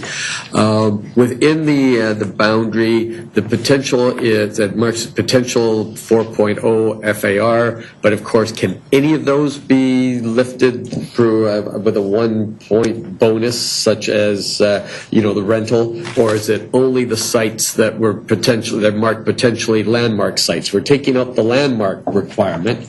Does that mean they're the ones that can apply for other bullying, or is that straight across the board? So there's no cap. It's just that's what we start at. Through the chair to Councillor Hodge, it's across the board. It's all the properties that are in blue. Okay. Okay, good. Okay. I like the comment about. I like the idea of removing the landmarks. I agree with all of our buildings, and that we should be trying to strive for good design, and especially on corners. I think we've had these discussions before, so I think taking that out of the bonus program and saving the bonus for community use, whether it's amenities or affordable housing or increased rental, I think makes sense. So. I think everything in here is good. The rest of my questions were answered, and I look forward to seeing the report coming forward to future public hearing. Councillor Wilson. The 1.0 FAR for rental, is there a trying to picture it, and I didn't make the time to go back and read the housing affordability strategy. I didn't think of that, but if I build up to 4.0 market condos, and I then could add 1.0 of market rental on top of that. If I go want to do a whole market rental building, then it would just be 5.0 market. Okay. Great, thanks. That's it. That's it.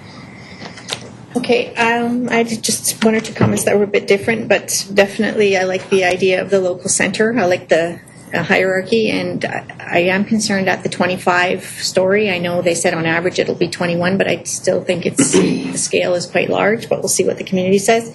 What I'm worried about is the continuity for pedestrian safety. So we talk about the gateway at Blue Mountain, the gateway at Gatensbury, and then there is a midpoint gateway, and I'm just wondering if there is any thought of not having that midpoint gateway, especially if Blue Mountain ends up being a bit more of a feeder road to the area. So I'm just wondering if was there any discussion among staff about not having that mid-entry point just for pedestrian safety and continuity? Nelson, you mean? No, Marmot. I just know even now it's a lot of people that want to make the right. There's a lot of people that cross there, and it's a busy pedestrian intersection. Through the chair. With these gateways and with development in general in the Austin Heights, there would be an enhanced sidewalk and intersection design that's in the streetscape standards that would allow for a larger pedestrian area and for improved crossings at all intersections. And part of the gateway, the logic behind that is to also create those entry points in a little bit of a larger plaza area that also provides space for people to wait for the traffic signals away from the traffic, and it also provides for curb bulges and that sort of thing to manage turning movements and that sort of thing, similar to what was done on Pine Tree Way. Okay. Well, I'd be interested in just seeing a little bit more data on that, like maybe, I don't know. I'm worried about that one as being an entry point, that's all. I like the idea of the two external entry points, but I'd love to see some data on maybe other strips, communities where they've had a midpoint entry point. Because right now it's really not even two lanes each way. Like, it's not a 4-lane highway, but people, or 4-lane road, but people do use it as 4 lanes, especially as they reach the intersection. So just interested how it would change. Other than that, thank you so much. And I think that's it. So our recommendation. Thank you. Moved by Councillor Asmundson, seconded. All in favor? Anyone opposed? Thank you. Good job. After the presentation, nicely. Here, I'll get rid of them. Just put me down, speaker. Speaker. Item 5 is the draft Northwest Burke vision. We have intro comments by the General Manager of Planning and Development and a presentation by the Manager of Community Planning and Planner 3. Welcome back. Thank you, Madam Chair. From one end of Coquitlam to the other, it just shows the diversity of opportunities and planning challenges we have here in our community. Given the full agenda we have today and that we're at on the clock, I'm not going to say much. I'm just going to hand it off to Carl and Steve for presentation, other than to say that we're very, very pleased to be here at this point. This has been a really excellent piece of work. It's involved a lot of staff and other departments. So while we're presenting here today, there's been a lot of contribution and input from our other departments that needs to be noted. And we're confident this is a very solid piece of work, and we're recommending this time to have a look at it, and we'll then head out for a consultation and come back and try to wrap this project up in the next number of months. So over to you, Carl and Steve. Welcome, Steve. My first time as well. Nice try. You're only going to pass that easy. The bar's been set. Thanks, Jim, and good afternoon, Mayor and Council. Thanks for having us here again to present the draft Northwest Burke vision for committee's information and feedback before the project team goes out for a final round of consultation. Before getting into it, I'd like to introduce and acknowledge the MBV team, of course led by Steve Gawley, our senior planner and project manager. And the team also has a number of key contributors, including Aubrey Jensen, Jeremy Keating, Alona Saro, and Alina Nowak. Vision is also the product, of course, of Council's feedback and an interdepartmental effort with key contributions and input from Engineering and Public Works, including Transportation, Utilities, Environment Divisions, Parks, Strategic Initiatives, Communications, Fire Rescue, Economic Development, and Tourism, among others. So once complete, the MBV is meant to be a game plan for future planning and development in this area and includes proposed direction on how future neighborhood planning will be phased and implemented. The draft Northwest Burke Vision, or MBV, is also the culmination of a three-phase process in which land use access, utility servicing, and environmental site analysis has been combined to create the draft vision you have before you today. This approach combines key aspects of planning and engineering, and the team took this project on with vigor and have come up with new ways of illustrating key vision components through three-dimensional GIS and enhanced graphics. And I'm quite proud of their achievement in producing this document. The vision document is a product of substantial consultation and reflects input from a variety of stakeholders, including property owners, related agencies, and the public in both Phase 1 and Phase 2. And we intend to check in with them again and refine the vision and bring it back to Council for endorsement in the coming months. So with that, I'll hand it over to Steve, who will take us through the key elements of the vision. And sorry, Mr. Goulet, how many slides do you have? It's about 20, but I should be able to go fairly quickly. Yeah, just wondering. Thanks. So, thanks, Carl. Before getting into the details of Phase 3 work, I'd like to provide a summary of the outcomes of the first two phases, as well as a summary of public consultation feedback to date. Phase 1 set the foundation for the development of a draft vision, or NBV. In this initial phase, we looked at the environmental conditions of the lands within the MBV area. Phase 2 was the technical analysis phase. In this phase, we looked at land use access and utility servicing. As part of Phase 2 consultation, staff primarily received feedback on the conceptual road network. This feedback focused on three segments of the network. First is a portion of the conceptual alignment for the Hazel Coy area, shown in yellow on the slide. Several property owners commented on the proximity of the conceptual road network to their homes. One of the guiding principles for laying out the road network is to minimize the number of creek crossings. Along with the homes in this area, it is further constrained by several potential creek crossings. So staff have gone back to review alternative routes. However, because of the location of the potential creeks and homes, staff will need to undertake more detailed work to determine the exact alignment of the road, which we are proposing to undertake in collaboration with the property owners as part of neighborhood planning. Several property owners also commented on a road connection between Coast Meridian and Dayton Street. Through further analysis, it has been determined that this connection is not required due to the low projected traffic volumes the road would carry. Also, it doesn't serve as a secondary emergency access road into a future neighborhood.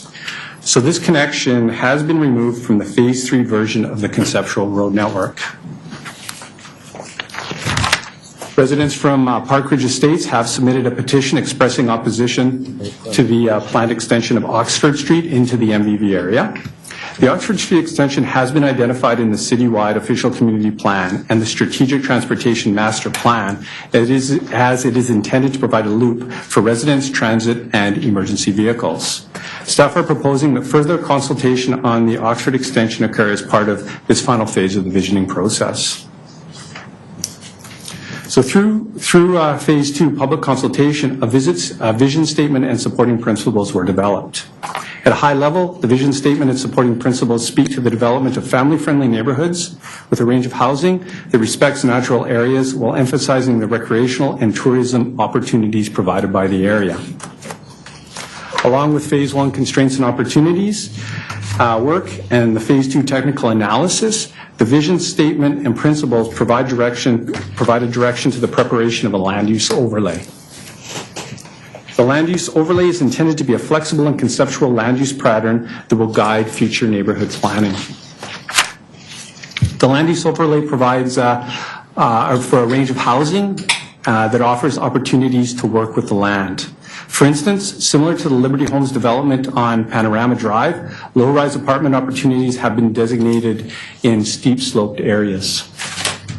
It is also proposed that the remainder of future neighborhoods be a mix of single-family and townhousing, with townhousing opportunities being provided in proximity to watercourses and in steep-sloped areas as well. 2 community nodes will supply daily goods and services to the neighborhoods. School District 43 has identified the need for 2 elementary school sites.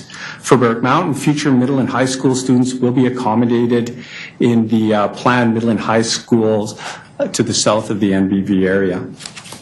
Recreation and tourism opportunities will act as a land use transition between Pine Cove Burke Provincial Park and the future neighborhoods. Possible uses for these areas include a wildlife sanctuary or nature retreat involving outdoor activities that do not have a visual or noise impact on the future neighborhoods to the south. It's also proposed that the Coquitlam River Trail System be extended to the west side of the river to provide public access to the river. Natural areas, including the Coquitlam River Escarpment and High Creek, are also identified on the land use overlay. Finally, several special study areas are identified as these areas have potential constraints ranging from access to servicing that will require more detailed work to be undertaken through neighborhood planning. So following the vision to create family-friendly neighborhoods, the NBV area has been divided into 4 distinct neighborhoods. Neighborhoods have been defined through natural boundaries such as Hyde Creek and the Coquitlam River. Following the practice of naming Burke Mountain neighborhoods after local watercourses, 2 of the neighborhoods are being proposed to be named Goodyear Creek and Burke Mountain Creek. Riverwalk's proposed name comes from its proximity to the Coquitlam River, while Hazel Coy's proposed name is derived from the local road network. As the MVV will primarily be implemented through neighborhood plans, a number of neighborhood-specific planning considerations have been developed. Included as part of these considerations is placemaking, which is intended to help create a sense of place for each neighborhood by drawing on local history or a natural feature. For instance, the Coquitlam River provides education and interpretive opportunities for the Riverwalk neighborhood, and the Goodyear Creek neighborhood has a rich geological history dating back to the glacial period. Many of these placemaking considerations were suggested by area residents and community members as part of Phase 2 public consultation. Another key component in implementing the MBV is a phasing plan to guide the sequencing of future neighborhood plans. In thinking about phasing, the Coquitlam River Escarpment naturally divides the area into 2 distinct geographies, west and east. Similar to the approach used to identify early release lands that was endorsed by Council as part of Phase 2, staff have prepared a list of criteria to provide guidance to the sequencing of future neighborhood plans. These criteria take into account whether future neighborhoods are within the urban containment boundary, if an integrated watershed management plan is in place, the cost-effective extension of utility servicing, how development of the neighborhoods support the implementation of the city's overall planned road network, the ability of future residents to access services such as schools, shopping, and recreational opportunities, and the recognition of the needs of existing neighborhoods. In applying the phasing criteria, the phasing order is shown on the screen. And it's proposed that the timing of the preparation of neighborhood plans be considered through the city's annual corporate business planning process, starting in 2018 with Phase 1, the Hazel Coy neighborhood. The Hazel Coy neighborhood is proposed as the first phase as the neighborhood meets all of the criteria. The area is within the urban containment boundary. It's covered by the Hyde Creek Integrated Watershed Management Plan. There's downstream capacity for sanitary and drainage. The majority of the neighborhood can be serviced by the Harper Water Reservoir. Development in the area will help complete the city's planned road network through the extension of Coast Meridian and Oxford Street. And future population growth can be supported by the planned services offered by the Partington Creek Neighborhood Center. Finally, the area has existing residents. The Burke Mountain Creek neighborhood is proposed as Phase 2, as this area meets the majority of the criteria. The Riverwalk neighborhood is proposed as Phase 3, as the area currently meets a few of the criteria. The final phase is proposed to be the Goodyear Creek neighborhood, as it currently only meets a couple of the phasing criteria and is an active quarry. So as previously mentioned, it is proposed that the MBV be implemented through neighborhood plans. The The MVV will ensure a more streamlined and focused approach to the preparation of these neighborhood plans. The neighborhood plans would address the same topic areas and issues as the Partington Creek Neighborhood Plan and would be supported by servicing assessments. Because of the proximity to Pine Cove Brook Provincial Park, staff is also proposing that parking studies be undertaken as part of neighborhood planning with the intention of addressing any parking conflicts between residents and park visitors at neighborhood access points into the park. With some of the most challenging topography in Coquitlam, the draft MVV provides guidelines for sensitive site design to work with the land. As shown on the side, the city's GIS platform provides an opportunity to analyze land use designations from a three-dimensional perspective in order to understand the impact that land use decisions will have on the natural terrain. And as a result, the city's GIS platform will be a valuable tool in the preparation of neighborhood plans. Along with neighborhood plans, it is also proposed that the MVV implemented through the Northeast Recreational Servicing Strategy, which will assess the need for civic facilities in Northeast Coquitlam, a tourism strategy that promotes the outdoor recreational opportunities offered by the area, and a wind farm policy to mitigate the impact that hazardous trees could have in future neighborhoods. In terms of next steps, following feedback today, staff is proposing to undertake Phase 3 public consultation as shown on the slide, and staff intend to report back to Council with a proposed vision before the summer break. So that's an overview of the work completed so far in the final phase of the visioning process. I'll turn it back over to the Chair for questions. Councillor Osmondson. Well, I'm very glad to see this here. A very good report. One thing I want to stress maybe to the public and to everybody else that this is a visioning document. So it's giving an overall vision for the area, but it's not a detailed plan. The detailed planning is going to be coming when we get into neighborhood plans. So the area, the plan is really good. I like the overlays that you've shown in all the different areas, giving the environmental. And what I think for a lot of people, Hazel Coy areas, when people kind of vocal about their development area, gives them an understanding, an idea, and a higher vision of what the land use concepts would be in that area, what it would support. So I think that draws out for those people the housing types and densities. Even when you look in the Hazel areas being for the first neighborhood plan, it's still going to be a little ways out on the more areas due to servicing and other costs. So this visioning plan, we're into Partington Creek, this is going to be still a few years further out before a lot of this development takes place. Okay. The one question is that when we look on Riverwalk, and I know this as being the third, but the one issue that we're still going to have to deal with, and which I put a question mark beside Riverwalk being the third neighborhood plan to go, still comes down to a bridge crossing and the difficulties that we have in approving a bridge crossing rather than having one at a future other location. So I know you've had the hierarchy needs, so I think there needs to be a question mark on the Riverwalk one there, depending on what DFO, as our issues has been about the number of bridge crossings on that area. And I think through the plan through I've read, and you can correct me, is that we've had our issues about high walls, but when I looked at the plan, it looks more of shorter walls and stepping back, not these 20, 30 story, but 20 feet or more high walls. Yeah. Mr. Stepp. That is absolutely correct, and we envision that those stepped version will happen throughout Burke Mountain, and we are actively involved in a process to give alternate design criteria to ensure that those high walls do not reoccur.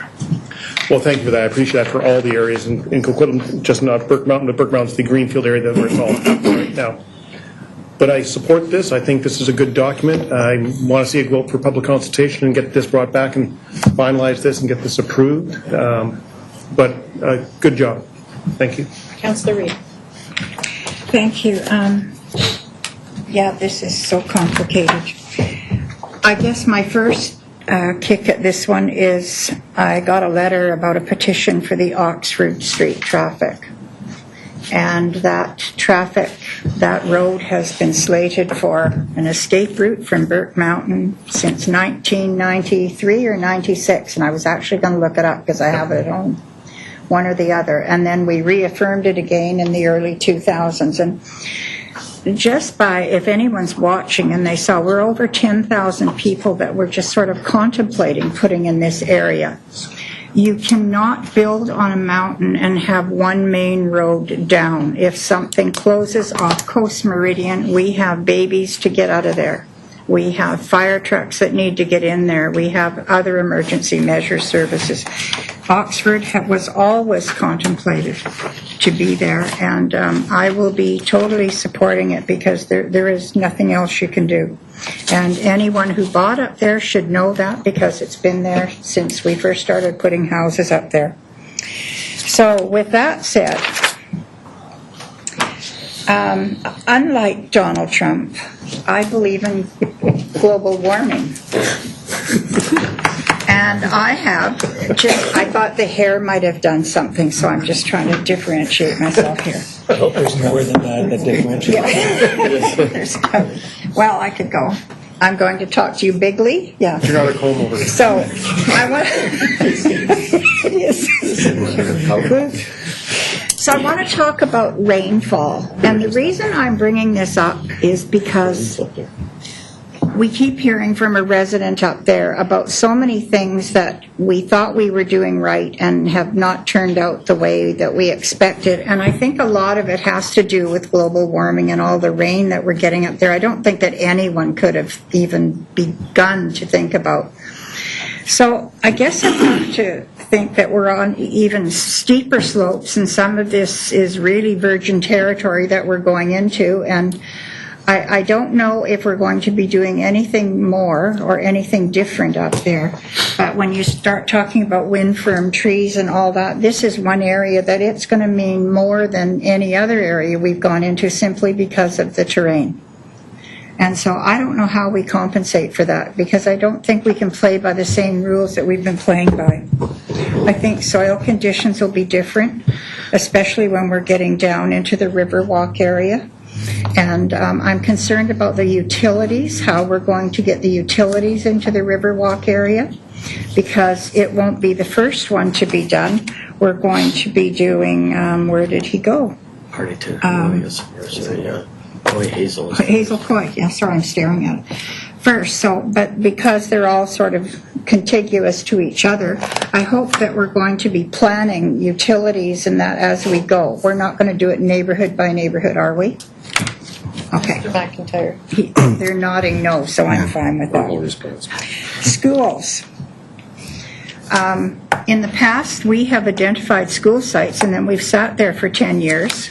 And then they've made up their mind that they don't want them. So do we have, I thought we had put a new plan in place on how we do that we would hold schools or identify places for schools for 3 or 4 years. Maybe the mayor remembers, do you? Because we can't expect people to sit like we've done before for 10 years and then, oh no, we're not going to do a school there. That's a really big feature for people with kids who are moving up there. They need some certainty. So anything from staff on that? Coral. Yes, through the chair to Councillor Reid. School District 43 every year puts out eligible school site proposal that has included an elementary school in the Northwest Burke area for a while. And right now it's based on an OCP designation on the east side of Coquitlam River in the Riverwalk area. But that area, the school site, can also be we're proposing a community node in the Hazel Coy area, for example, and based on the phasing, there would be a need for a school there, and School District 43, as Steve mentioned, has identified that long-term, when you look at the whole site, the whole MBV, 2 elementary schools. Well, I sure don't want to sit there for 10 years with them. I think we have to have some kind of a check-in so that we know exactly where we're going. You call some of it special study area that have specific site constraints. How we're going to confirm them through neighborhood planning. They're either going to be confirmed or denied. I think in this area there's going to be some sites that are just going to be unbuildable. So I think people have to be prepared for that, and I want to make sure they are. You bring up recreation and tourism. We have the Coquitlam River, which has been on the endangered list for forever, and in the last 10 years or so, it's getting better and it's getting healthier. And so, what are we going to do now to wreck it? Or are we going to do something that will enhance it so that Councillor O'Neill doesn't have to start putting more water monitors in? Is the recreation and tourism, you're saying along the Coquitlam River, do you have anything specific in mind? Because I don't want to endanger the river any more than it is. Mr. Through the chair to Councillor Reid. Our intention is to extend the Coquitlam River Trail system to the west side, which would limit development within a certain setback from the river. And this would help protect the river and ensure public access, that the river can be accessed by all residents of the community as well. In terms of protecting the river, as part of the Good for the Future Goodyear Creek and Riverwalk neighborhoods, sub-area integrated watershed management plans would need to be prepared, which also look at water quality. And then as we develop any neighborhood on here, we require stormwater management plans, which should address those quality issues as well. Okay. Has anyone addressed when you're talking about recreation and tourism, has anyone addressed the Crystal Falls that's located in the Riverwalk lands as some kind of a tourism? Yes, you have? Through the chair to Councillor Reid. The Crystal Falls are technically within the provincial park, so we are providing opportunities for access to them through the trail system, whether it would be the Coquitlam River Trail. Public access, not the private access that everybody takes public now? access. Yeah. Okay. And I only have, I think I'm okay. I'm just concerned that as we can move on with the servicing is the thing that gets me the most. And I actually have found through my research another property that's built on the side of a mountain, and I'm actually going to go look at it in the next 2 weeks and see if it looks neat. But we talked before, Mr. McIntyre, about housing choices and the housing choices that we have available all throughout the city, and that perhaps if they didn't work in these particularly steep areas, that we were going to look for something that would work instead of trying to make a square peg go into a round hole, correct? Through the chair, absolutely correct. I think that's what Steve was alluding to in some of his introductory remarks, referencing the project on Panorama that sort of steps up the hillside. In fact, if you look at the land use overlay, and you see some single family and townhousing, it provides that mix, so to be more closely defined through the neighborhood plan process, but really allowing for that very liberal mix of housing forms, largely driven by site conditions and site opportunities. And I know that, and that's why I'm saying the global warming and all that stuff, that we got more mud. So I don't want to see retaining walls up there. I really don't. I can see buildings that can act as a retaining wall, but act as housing as well, but no more. So here's my last question, and it's a dumb one. It's something I have to learn. So when you're talking about wind firm trees, does it matter if you start the excavation uphill or downhill?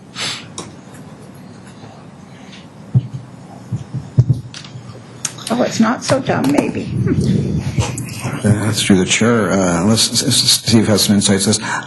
Take one area that I'll say Hazel Coy, whichever area you want to call it, and it's now ready to go phase 1 and develop it into 100 houses.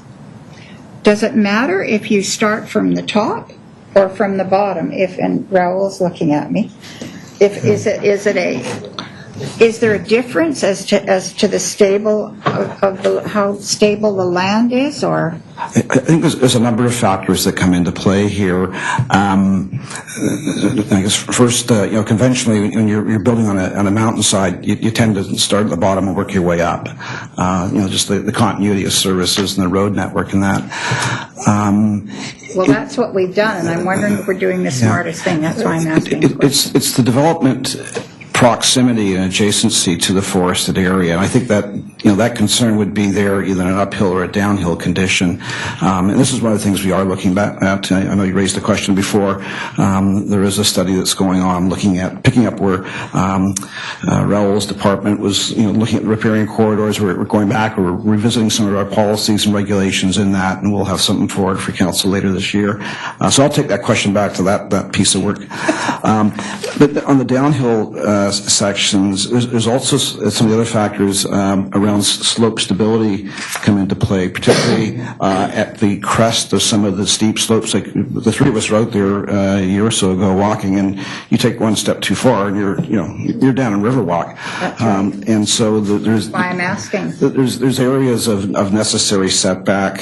So there's been a real geotechnical component to that, but also equally so in some of the other areas where you're downslope from a steep mountainside. There's also potential risk too, so there has to be a safe setback established in that area. So how that's all dealt with, be looked at in the neighborhood plan process, and then the tree removal would then be layered onto that. What would be safe to do within those, given those other constraints. Well, I've been reading our residents' letters up there, and a lot of what she says makes a lot of sense, and I think maybe we have to take a really good look at how we are developing up there to save the trees and the mudslides. So thank you very much. It's a good job. Councillor Hodge. Okay, so as I started reading through the report, the first thing that struck me was community nodes, and I thought, they should be situated near schools. Later that was referenced that was the idea, but I think because we may have more nodes in school, but I just want to sort of clarify that is the intent, because when we talk about here, community nodes will be identified through neighborhood planning. They could be the preferred location for daycare centers. I really think that we want to sort of create that cluster and make that part of the plan, and just sort of come out and say this is where we're going to build the nodes with the schools. Yes, through the chair to Councillor Hodge. Yes, that is the intent, where these community nodes are. Having a school in close proximity would be definitely beneficial to provide a range of services to the community. And because we know we're not going to get a lot of services, chances are nobody's going to open a coffee shop. If we can't get one at the corner of Coast Meridian and David, we're probably not going to get one higher up. But to me, those nodes will become some recreation, a park next to a school, a daycare across the street, something like it still becomes a gathering spot apart, even if it doesn't have a retail, component to it. And that leads me into something that Councillor Reid said, and that's the schools. And, I went through this for 10 years up there as a resident, and then suddenly I'm on council and I'm dealing with it again. So, so I've been through it as a parent and I've been through it as a councillor. And we've got to come up with a better way of identifying where the schools are going to be, working with the school district and the landowners, so we don't get a case of, after telling residents for 10 years there's going to be a school across the street, and then suddenly there's not. And I know that hasn't been of our making, but we ended up getting, drawn into that. And I think that we want to be more clear going in as to identifying locations and timing and just making sure we have some clarity, as particularly if they're going to be now the nodes. I think we need to have that clarity, otherwise everything's shifting with that school. But I like the concept. Oxford. Councillor Reid is correct. That's been on the plan for years since it was built. It's a very wide street, and it was always intended to go through. I question, though, on how it's going to be built and what the timing of it is. If the plan goes through, what determines that? Is it the completion or the construction in the Hazel neighborhood, or is this one of these things that just gets built 10 years later? Through the chair, Councillor Hodge, that is something we've been discussing internally as well, specifically related to the timing. Through neighborhood planning, we're going to have to develop a phasing plan, and through that process, we begin to look at the need for that road in further detail. At this level, we've looked at the population for the entire neighborhood, but through neighborhood planning, we can look at populations as the neighborhood developments in certain pockets within the neighborhoods themselves. I am concerned about the timing. If we leave it to the end and everybody's using alternate routes, then it makes it harder to sort of say, hey, we really need this, because the answer is going to be, well, you've lasted for the last 10 years without it. So I think if it is needed, it's got to be put in with development.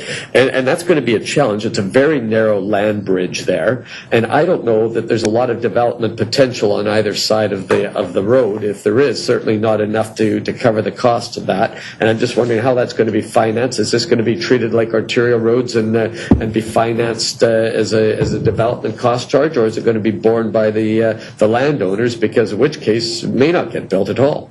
If I could, Madam Chair, just respond generally to that, but I'll hand it back to Steve, because that's been a conundrum up there in that area. It's not just the roads, but there's other necessary, essential servicing infrastructure pieces that on their own they would not amount to a major trunk project, i.e. would be paid for at DCCs. It would fall back on the adjacent or the subject property owner developer, but some of these have a pretty hefty price tag. But I know Steve's had a lot of discussion with our colleagues in engineering about that. So Steve,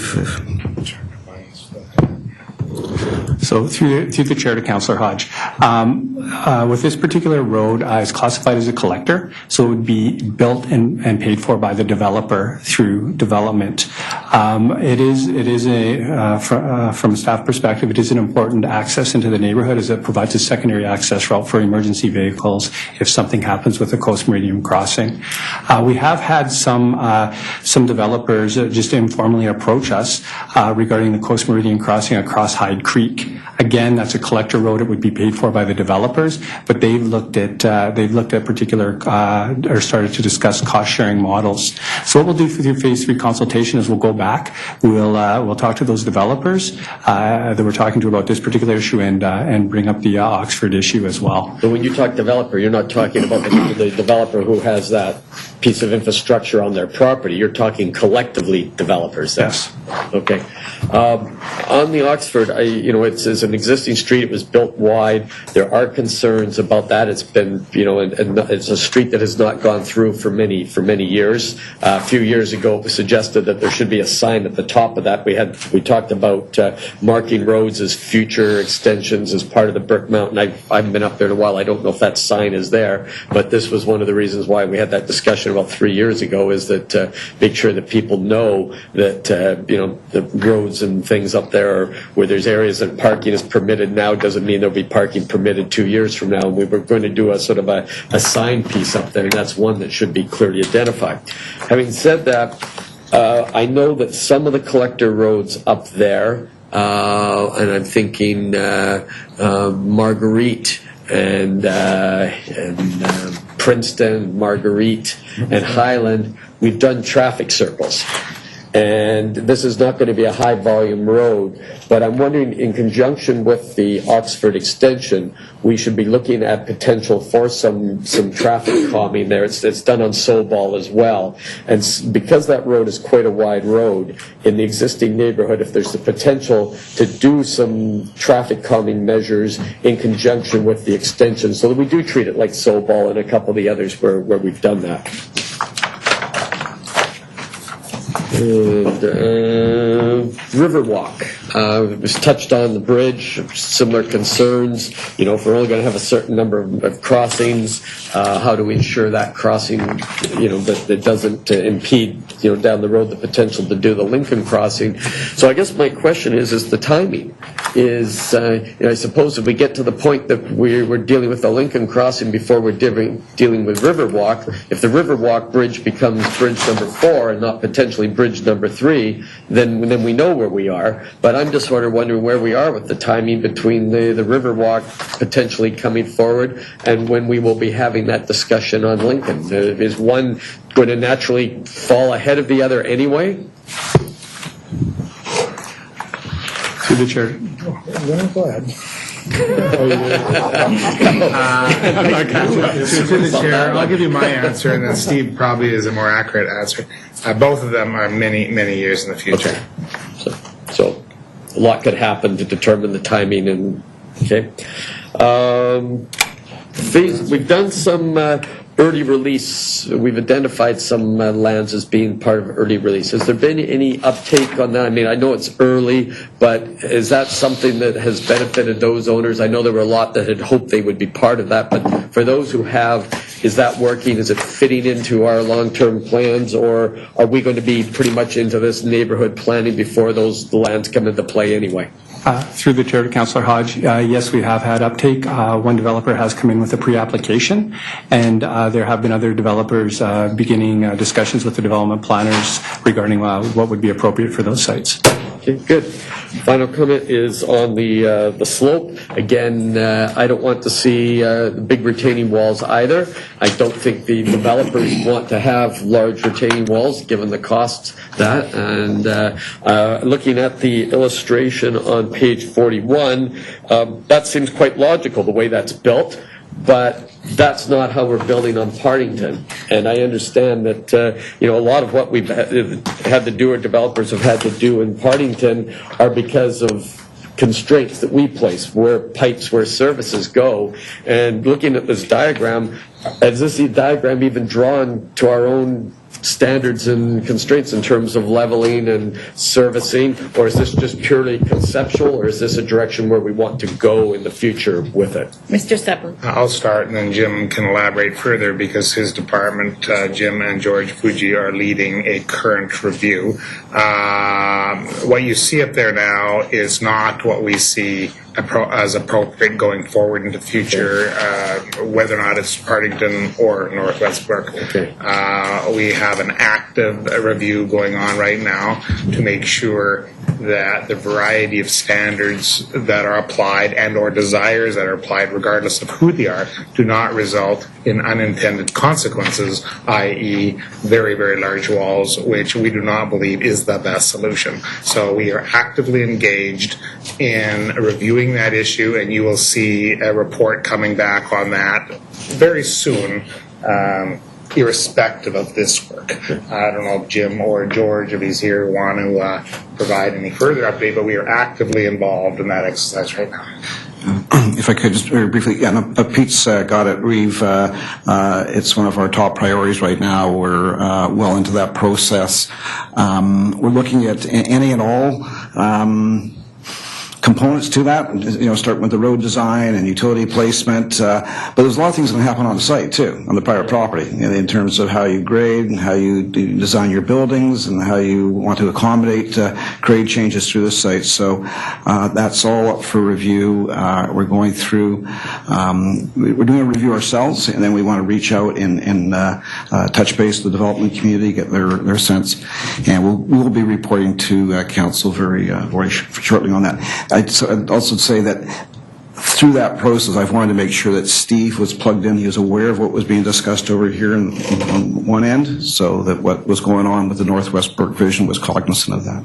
Good. And so it's good to hear, and I'm assuming that this is discussion, so we're talking with the potential developers up there, learning what the constraints are, so that we're looking at our requirements as well as what they're trying to achieve, so it's not, because I've often wondered why, we have Steep Mountain on Westwood Plateau, and we have Steep Mountain on Burke, and we didn't see those up on the plateau, but we also saw areas where you have a backyard facing a fence facing a front yard, and so I'm just wondering if changes that we've made over the years have created changes, and that as long as those are all being reviewed and looked at, then we can sort of have a fresh look at moving forward, because I think everybody's in agreement. What we saw up there was an unintended consequence. I think that's the best way to describe it, and just making sure that we don't see unintended consequences as we move through the rest of Burke or into here. I think it's wise to have that discussion now, and I'm happy to hear that's taking place. Yeah.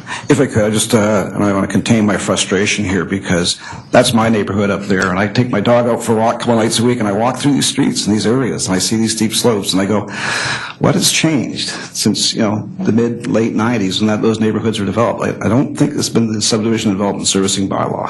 Yeah. There's a number of other factors at play here. So we're going to drill into all those pieces, and we'll come back with a comprehensive program that doesn't result in any more of that. That's great. That's perfect timing for this going forward. So that's great. Thank you. Is that all, Councillor? Thank you. Councillor O'Neill. Thank you very much. And Just to pick up on sort of the theme of the last project, subject here, I actually think that this plan probably drills down a little too deeply in trying to touch on these things. We were looking at an overall vision, and that's what this was all about.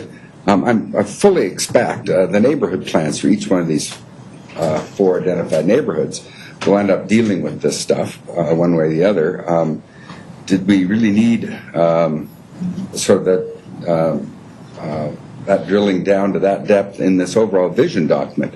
I don't think we really needed it, but it doesn't hurt. But there might be some duplication, obviously. If you want to answer that, you can, or comment on it, but it was just more of a comment on my part. Through the chair to Councillor O'Neill, I think that it's important that, with some of these drawings and showing examples of how you can build with the slope, to have that in a document, because this will provide the direction, the overarching direction for neighborhood plans. And there's a lot of opportunity here for some really unique and innovative building forms that build on what's out there now. And I think there's a lot of opportunities there, like shown on the land use overlay, to come up with something that's really going to work with the slope. Like Secret Ridge, for example, is a great example of a townhouse that steps into the slope. Sure, and all that will be detailed in the neighborhood plans, I'm sure. But that's good to know you're thinking that way. It's just more of an opinion on my part. I've got a few little sticky notes here. I had actually took several out as the presentation went on and as questions were asked and answers provided. And you talked about the next steps on this, and you list 3 groups on the page 6 of the report that you're going to be touching base with in order to get feedback. But I recall in the not too distant past, we had an informal meeting with Port Coquitlam, and Port Coquitlam really wanted to be informed about every step of the process for planning up there, because everybody we put eventually moves in there. About half of them are going to, I don't know how many, laws are going to make their way through Port Coquitlam. So please touch base with Port Coquitlam on this. Add them as a 4th. Okay, somehow. Now on page 10 of the report, which coincides with page 10 of the appendix 2 for those watching at home. So this was probably explained at the outset, but maybe I can hear again why. The Northwest Burke vision area is in this dark line, and then above it is the urban containment boundary and the regional Fraser sewerage area boundary at the north side. Why was the vision area, why did we stop short of going right up to the urban containment boundary and the regional Fraser sewerage area boundary on page? That's the graph on page 10, where it seems to be about 100 meters lower down the hill. So why didn't we go right up to those boundaries with this planning? Through the chair to Councillor O'Neill, the Metro Vancouver's urban containment boundary actually does go into the provincial park. So that is the park boundary. The park boundary is the vision boundary. The park boundary is the vision boundary. Okay, that's all I need to know. Yeah. Thank you. Their line is in the wrong place. Yeah. So the regional sewage boundary is in the park, and the urban containment boundary is in the park. Fine. Okay, good. That explains it. Craig is going to fix that. Thank you. Thanks. Going forward now, it may be my eyes here and my recognition of the color, but on page 11, you've got a very kind of a purpley, plummy color for development reserve, and a very similar color for village high-density residential, to my eye. It's hard at first glance to tell them apart. I don't know if you can find a different color. That color and that color are very similar. Right. No? We'll try. Not to you? Is it just me? What page? That's page 11. Oh, they're different. Those two. I know they're different, but not really dramatically different. So I would hope that maybe just... The development reserve? They're kind of similar to me. Noted. I know. They're not identical. Jim had an answer. It's all right. Next point, noted, they noted. Noted, okay. Just thought you might want to, if you really want to be clear with people, not confuse them. Thank you. On page 20 of the report, I just wanted a clarification on this. The water servicing strategy, you say Zone 3 and a portion of Zone 4 are serviceable by the existing Harper Reservoir. And then the next bullet point, you say a new reservoir will be required to service Zone 5. What you don't say there is where's the other portion of Zone 4 being serviced by? Is that the same reservoir that will be servicing Zone 5? Mr. Gully. So through the chair to Councillor O'Neill, the Zone 4 reservoir for Hazel Koi, which is the Harper Reservoir down here, can service this particular area here. And so our neighborhood plan boundary for Hazel Koi covers this area down to here. So the Zone 5 reservoir, which would service the Burke Mountain Creek neighborhood, would also need to take into account this particular area shown towards to the provincial park. So what we can go back and I'll clarify the language within this report to make sure that distinction is clear. So you have to clarify the language for me right now again. Sorry, I was trying to follow you. So the specific question was, the portion of Zone 4 that is not serviced by the existing reservoir will be serviced by what? Zone 5. By the Zone 5 reservoir? Zone 5. Neighborhood plan area, it goes up the hill, The higher hatch. elevations. So that hatch area north is not serviced by the current reservoir. And so that'll be serviced by the new reservoir that's required to service Zone 5. Yes, that's right. So you kind of left that I will blank for me to fill in the blank. And there weren't a lot of blanks for me to have to fill in. So I think it was a good report, and I know that a lot of the impetus for this was coming from the owners, in the small owners who lived there for many, many years in the, it's now identified as the Hazel Koi neighborhood. I think they will be happy that they're now number 1 on the neighborhood plan work list here, even if it's 2018. So I think you've done a good job in terms of looking at the really spelling out the complexities of what we have to deal with up there and how moving precipitously is difficult without being in conjunction, without planning in conjunction with all the other neighborhoods, and especially looking at the services that are currently available there and what can be serviced easily, and then that what has to be provided, and it can't be provided just for this one area. There has to be as part of a bigger overall plan. So it makes a lot of sense, and it really explained it well for me, and I hope the owners up there are more understanding of the situation. Thank you, Councillor O'Neill.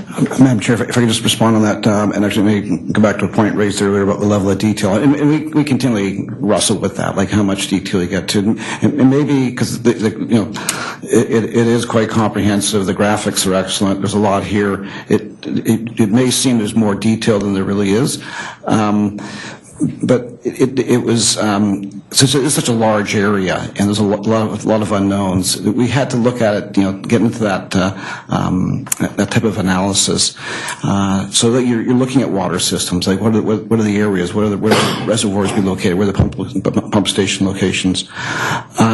So that led to a lot of work, a lot of analysis that way. The other thing, getting back to the residents at Hazel Koi, because I've heard from him as long as I've worked at the city of Coquitlam here, and so what we wanted with our thinking was with the vision is to provide some clarity, to provide, as before there was development reserves and green space up there. The official community plan previous was pretty vague and not very promising. So with the lands that are being opened up and the number of property owners that are interested, we wanted to provide a little more clarity, and with that ultimately would be some value for them, and so that's the balance point we're trying to reach.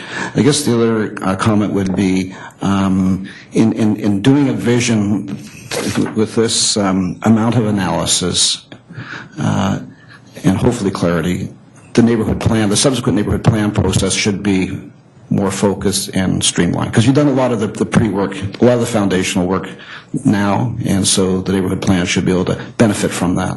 Good, thank you. Thank you, Mr. McIntyre. Councillor Wilson. Thanks. I don't want this question to sound provocative, but I'm just kind of, based on sort of some of the problems we have in Burke Mountain, the slope of the land, climate change, housing affordability, complete communities. Well, why are we even planning for single-family houses in this area? And I know people want single-family houses, but in other areas, if we didn't have single-family housing in there, you would have less issues with the slope. You would have less issues with suites and parking. You'd have higher density, so you could provide more services. So, just kind of throw it out there. Throwing that little bomb up there. Mr. Nolly. Through the chair to Councillor Wilson. If you recall, during our second phase, we had undertaken a market analysis, which saw an increase in town housing as well as the opportunity for low-rise apartments, but it did still speak to the need in the market for single-family homes. Part of what we've talked about today is we know as we move up the mountain, the topographic challenges will be more. So through this process, we've actually strengthened our GIS platform, and we'll be able to take the GIS platform, and instead of looking at a two-dimensional plan here, we've shown some illustrations where we can actually look at land use decisions with respect to lot sizes in a three-dimensional setting, which will help us understand the land a lot better and certain retaining walls too. So though the desire for different types of housing to respond to the terrain may seem different than single family, in some cases it could still be appropriate, and we'll be able to analyze those, like I say, in that 3D format. Well, for sure. There's the topographical issue, but there's also the affordability issue. There's the parking issue. There's energy efficiency. all these things, right? And so it seems like there's probably some nice flat areas where single family may make sense, but I think Mr. Johansson wants to say a word. Yes, through the chair to Councillor Wilson. A very good question. From a community planning point of view, we know this is one of the last greenfield areas in Coquitlam, in fact, north of the Fraser. And the future is in attached housing up there. Yes, there will be some single family, but like Steve said, that through the platform and through further neighborhood planning, there may be a whole range of single family options as well that work better with the slope. In some communities you have bare land stratas, you have other ways of having those lots in there that are different than your standard subdivision. Plus townhousing and apartments, this is something that is, even with Partington Creek, when we're going with 70% townhousing around the neighborhood center and in the southern part of the neighborhood plan, the future definitely is in multifamily, which does have a number of benefits, and it makes the best use of the land. Thank you. Well, what we keep hearing is for most of the single-family houses on Burke Mountain, the owners have to have a suite in order to afford it. Well, if we went townhousing, they may not be. Again, obviously townhouses aren't for everybody. There's other areas where single-family houses are, and aren't we just contributing more to urban sprawl? Right? This is what we're doing in Burke Mountain. It's increasing urban sprawl, which is exactly what we're not supposed to be doing, right? And so that's what I was just kind of struggling with as I was going through this, was how much single-family housing really should be going in here. So I'll leave that aside for now, I guess. A good chunk of this goes right along the Coquitlam River, and I know the Coquitlam River Watershed Roundtable was part of the consultation with this, but what I would really hope that we would do is use this as an opportunity to improve the drainage rather than just rely on sort of the natural drainage that's there. And I hope that through this process we can actually support the action items of the Coquitlam River Roundtable strategies that they have, or support the strategies of the action plan, because a lot of it is about development, and I think we can take some important steps to support them, support those strategies through this. And I guess my other points were more detailed, so I won't leave that. Pinecone, Burke, Provincial Park. I was very happy to see that we are going to look at, enhancing the access points and all that sort of thing. If we're looking at tourism options, and we've talked about, the mountain biking trails up there, and I really hope that we look at providing a really robust area for mountain biking and hiking, including washrooms and cleaning areas and that sort of thing, because this could really become a great destination, and hopefully it'll be beneficial to the businesses up in Burke Mountain as well. So, okay, thank you. That's it, Councillor Wilson? Yeah. Councillor Towner. Thank you. I think this is an excellent, very comprehensive document. It's very detailed, but I found it very easy to read and understand. So thank you for that. Good job. And I just wanted to say, speaking last, I don't have sticky notes, but I have lots of notes. And as we've gone through this, retaining walls, schools, Crystal Falls, the crossing, it's all been touched on. I do want to say, though, I did speak to 2 residents in the Oxford Heights area, and they sheepishly admitted that, yeah, they knew when they bought there that it would be going through. I think they signed the petition anyways, but the word out there is that they are aware. Anyways, I just thought I would say that.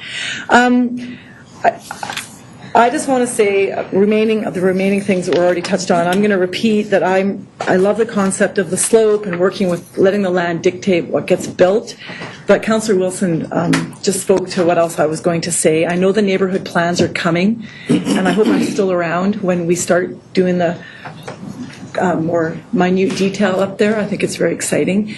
But I did make a comment or a notation here that I was really happy to see that there's more opportunities for town housing and multifamily and apartments up there, and not just single family homes. I think we attend the same conferences, and professors at UBC and economists have said 95% of Canadians can't even afford a single family home.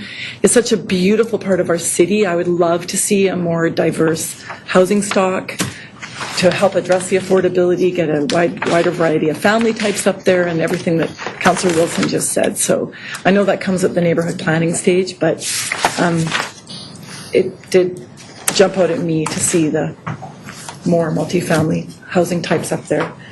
And that's all. I just think this is exciting, and I think it'll be great to get these plans in place and provide certainty for the people living up there, and I look forward to the final stages of public consultation. And just before Mayor Stewart speaks, Councillor O'Neill has another quick question or point. Thank you, Madam Chair. That map on page 11, actually, there was another issue with that, and that it could cause confusion. It took me a while to figure out what was going on here. And I guess there was, so specifically right behind Hazel Avenue, you got it looks like a crosshatch with gray lines going perpendicular straight up and down, and gray lines at a 45-degree angle, which looks like, at first blush, you're introducing a whole new land use designation that's not referenced in the key.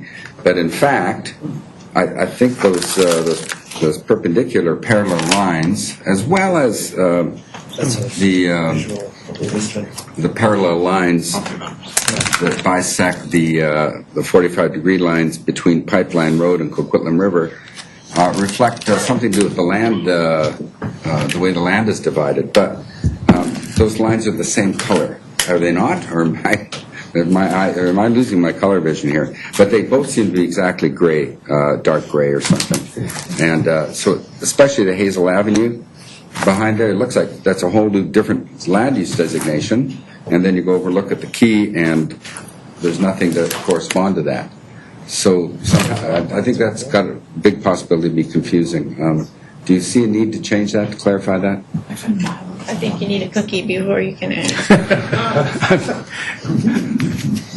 Jim, you need to answer because you ate your cookie. Just kidding. Go ahead, Mr. Gully. Through the chair to Councillor Reid, this map, or sorry, my apologies, Councillor O'Neill. This map comes from the official community plan, so it actually is verbatim taken from that plan. I can see your point. The vertical lines do create that a bit of a sort of an illusion for the eyes, so we can actually go back and make adjustments to the legend before we take this out to the property owners to clarify that. Good point. Thank you very much. Mr. Stewart. There's one element, I really like it. I think it's an awful lot of work, and I applaud the tremendous amount of work that's gone into it. And I look at the bottom of, I look at figure 22, which is the bottom of a page. The top right and bottom left, or 28. Okay, 28. Page 28. Figure 22. And on this page, it says Riverwalk, and it says Hazel Coy, and it says Burke Mountain Creek. Those are areas. Right? Neighborhood. No, areas. Oh. And Goodyear Creek, for that matter, it's an area. Now, but above that, on the previous figure 21, it calls them all neighborhoods. And I hesitate a little bit there, partly because not all of us have embraced the idea of a neighborhood on the bench at Riverwalk.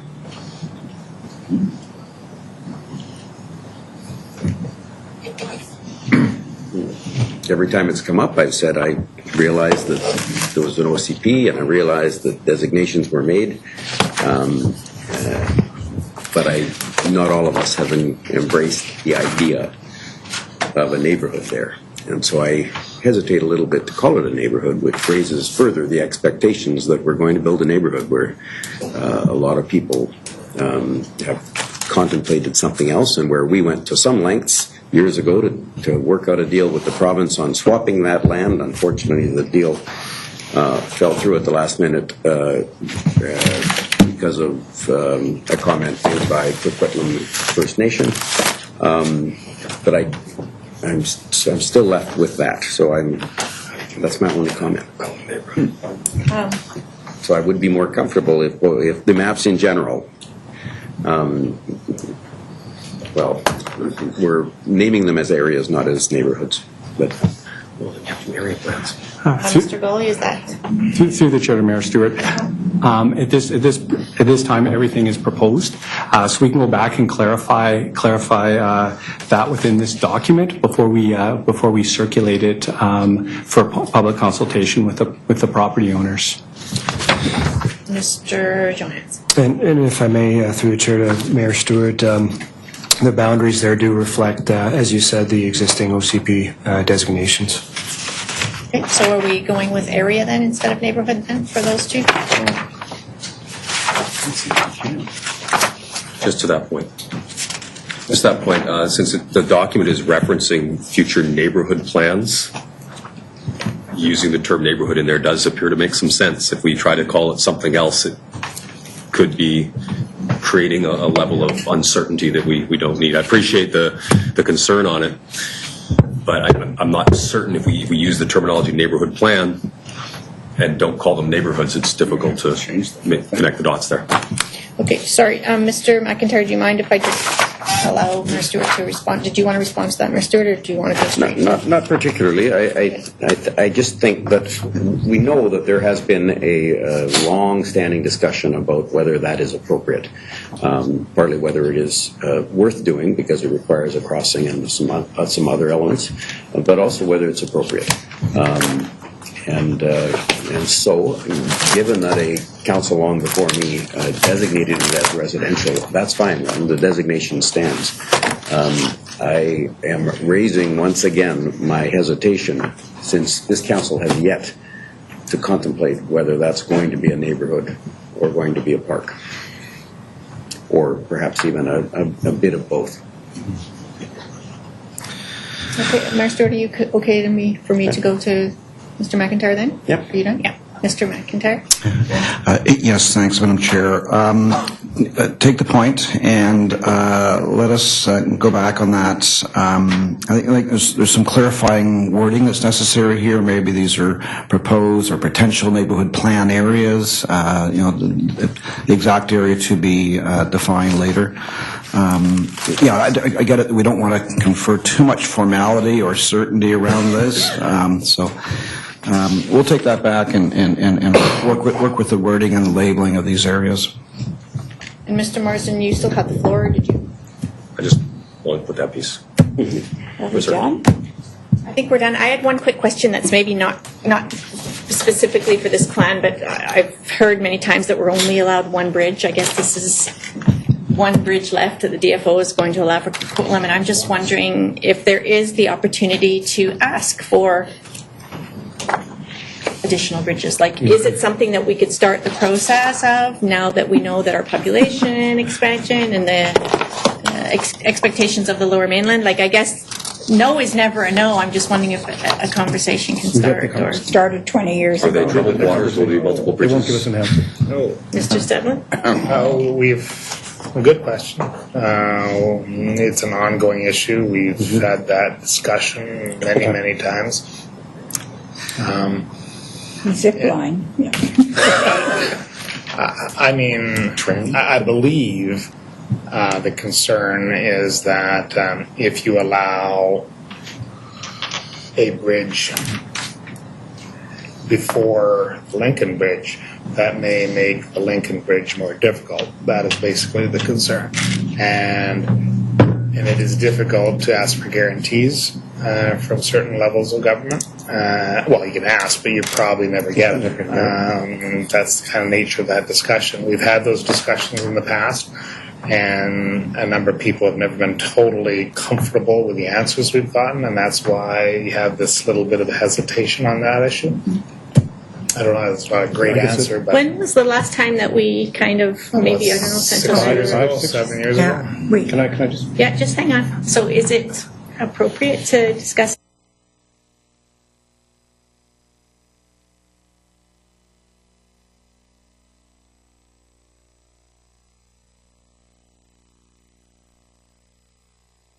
There was a bridge that connected the Riverwalk lands years and years and years ago. It used to be a farm in there.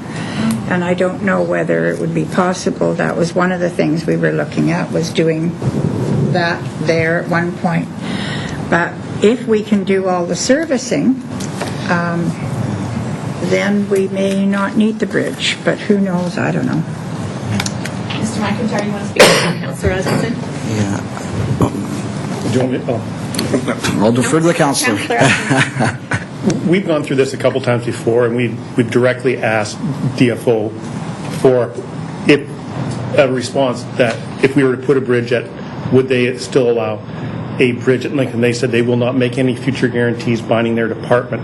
So they've told us a couple of times that they will not guarantee anything. So if you put a bridge in there, that could eliminate the future possibility completely of having a bridge connecting at Lincoln.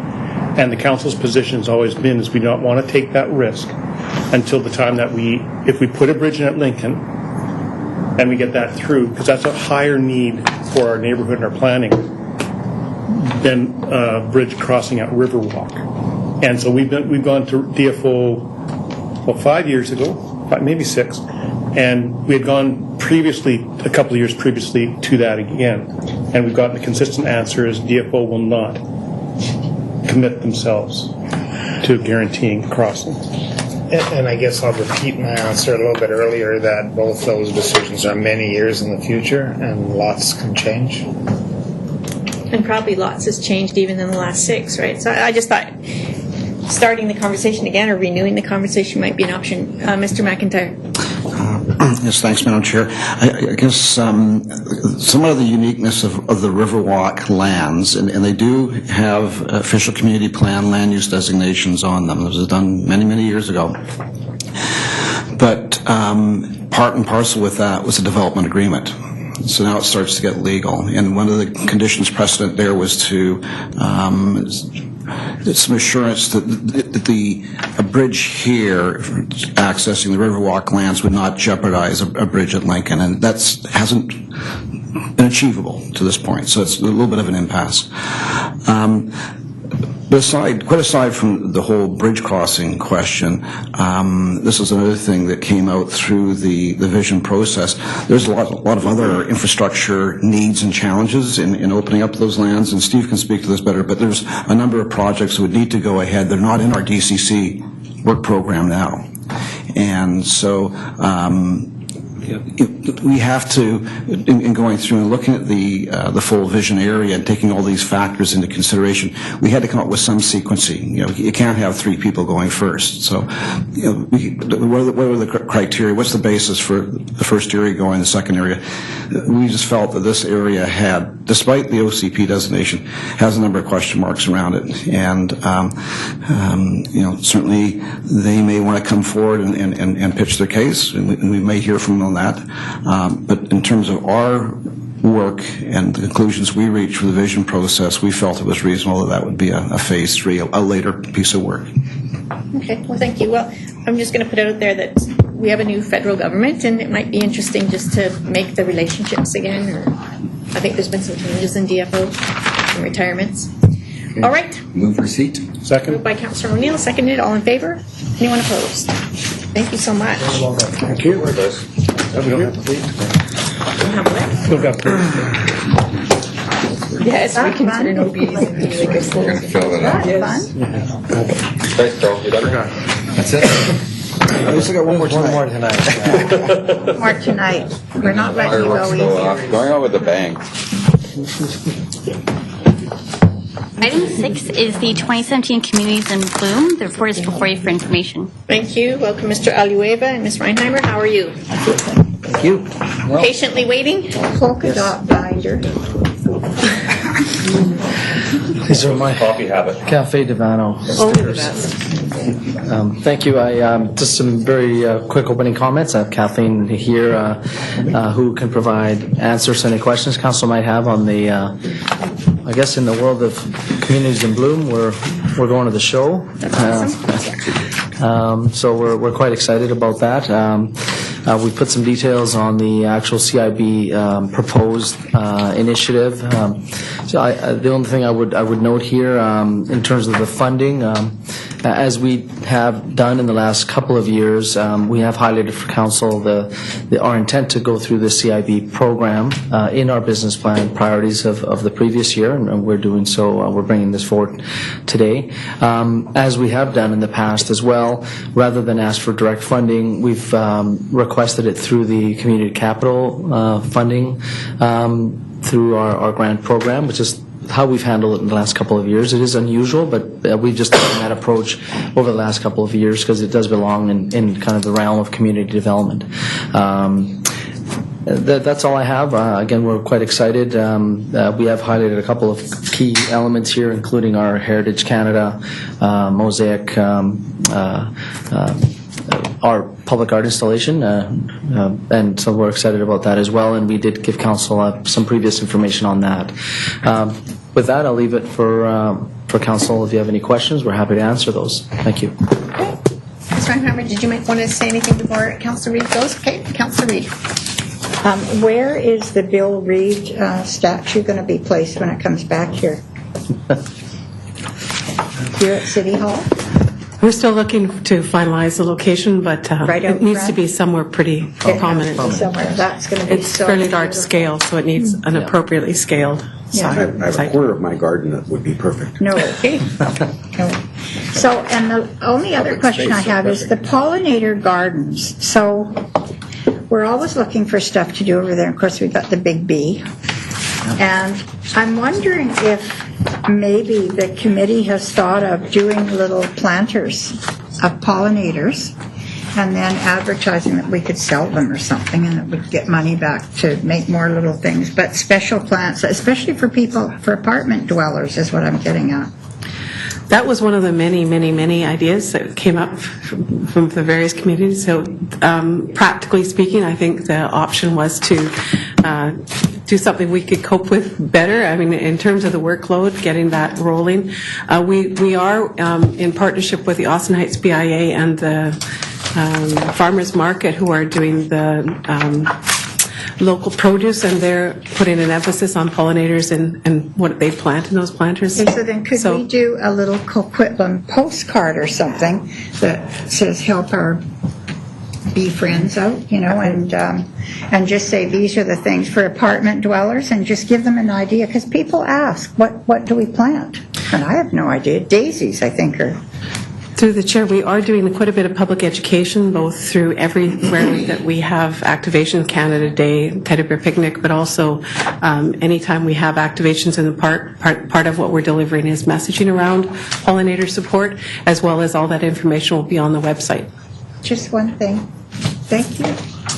Councillor Marsden. Thank you. Some great stuff in this, and when Trees in Bloom, we first engaged with it, and in my time on council anyways, my eyes were open.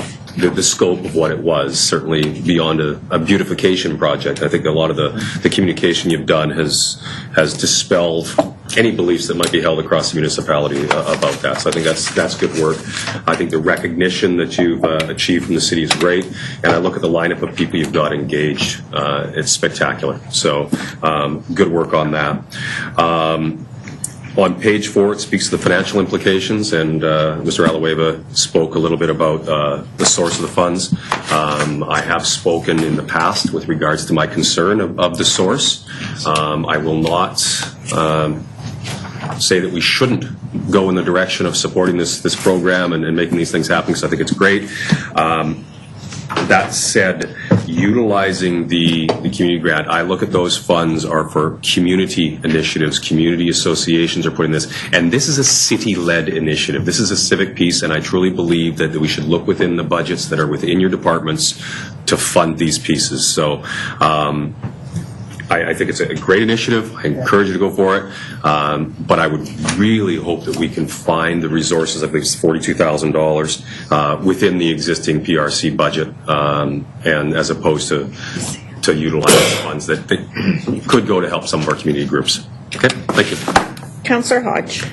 Similar concerns. I think the program has grown. I think it's amazing. The recognition is good. I think the community support is excellent.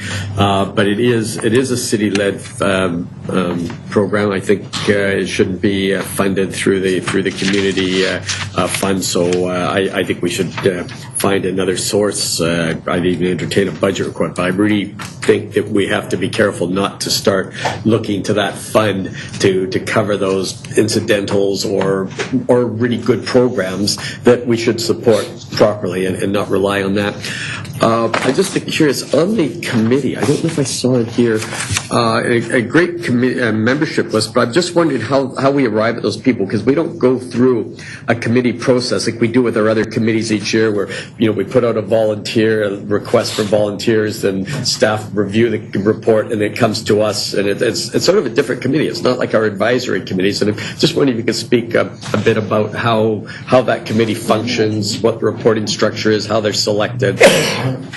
Through the chair, yes, it is a little bit different in terms of the model, and it's much less formal. So mostly it was around the people who we were already partnering with in the first year, and then as we've built it, for instance, this year, we've had people come to us from the Burke Mountain Naturalists that hadn't been involved last year. So it really is quite organic, and because it's kind of a temporary thing and not actually a formal, or it doesn't have any kind of power, but we basically, the point of having that kind of a community committee is for them to bring their energy, their connections, their networks, what they're already involved in the community with their ideas. And so generally there's 3 meetings. It's very light in terms of workload, and it's mostly around making sure that we have connected to all of the segments within the community. Maybe light on the workload, but I know there's a lot of passion. Yes, there. lots of passion. So I do certainly appreciate the time that these people put in and volunteer, but it got me thinking, I know there's others who are equally passionate that may be looking for an opportunity to connect with this worthwhile project, and just if there's a formal way that others can join in. And I think it's one of these things that as you become successful, people learn about the good program, others want to be involved. And I would want to make sure that we have a way to involve people and I know there are many ways to involve people in our programs and things, but just want to make sure that opportunity is out there. So thank you. Councillor Towner? Thank you. I know I've said this before, but I just want to say it again. Congratulations to everybody involved on the 2 previous wins and being accepted into this competition on an international level. It's fantastic. A couple of things. I was able to juggle my schedule yesterday and show up at Blue Mountain Park for what it was called, the Canada 150 Celebration Garden Spring Bloom. The Cubs and Beavers and Girl Guides planted the bulbs back in November, the 1,000 red and white tulip bulbs. Anyways, it was a fantastic event, and it was absolutely beautiful. But I wanted to comment on how I think this pollinator issue is a really good one. It's very relevant. It's an important issue. And the information that they had there on the pollinator craft and looking at all the different bees. There were specimen bees, and the kids loved it. And my takeaway item that they gave me was a big magnet, a little bit bigger than this, that just says plant bee-friendly plants or something. Yeah. And already, even though that was late yesterday afternoon, I put it on my car, and at Como Lake Village, I already had 2 people asking me about it. And I directed them, is there information on our website about this? Pollinator? Yes, there is. Okay, yeah. good. So already the awareness is starting. Are they ours? Yeah. No, it's another funded. Who's doing the pollinator awareness? There's a whole bunch of different partners. So I took a picture of the big flag of the big banner. I can zoom in on it, but it was really, really well done. But I'm wondering if I should ask you. I'm the community leader for the FCM for the Canada 150. I'm one of 3, and so I'll be promoting this and posting it and all that. But the number one thing in the last email we got was about funding. Did we apply for this? It says, are you looking for funding to carry out your Canada 150 projects? Would this count? Because they still have money available for grants. Through the chair, the Scouts and Brownies actually applied for the grant. Yes. So generally, we're working with partners who are already out there doing that. So we haven't actually applied directly to the FCM. To the FCM. Yeah. Okay, well, it might be something worth considering. Okay. I can forward you this email with the link. Sure. Okay. So, anyways, great work. Thank you. Thank you. Councillor O'Neill. Yes, thanks very much. I'm planning on speaking, but I don't have a problem with funding coming from casino revenue for this. We've already established that this Spirit Grant program is pretty elastic, and the boundaries have been stretched to the breaking point. And previous decisions the majority of the council have made about certain subjects.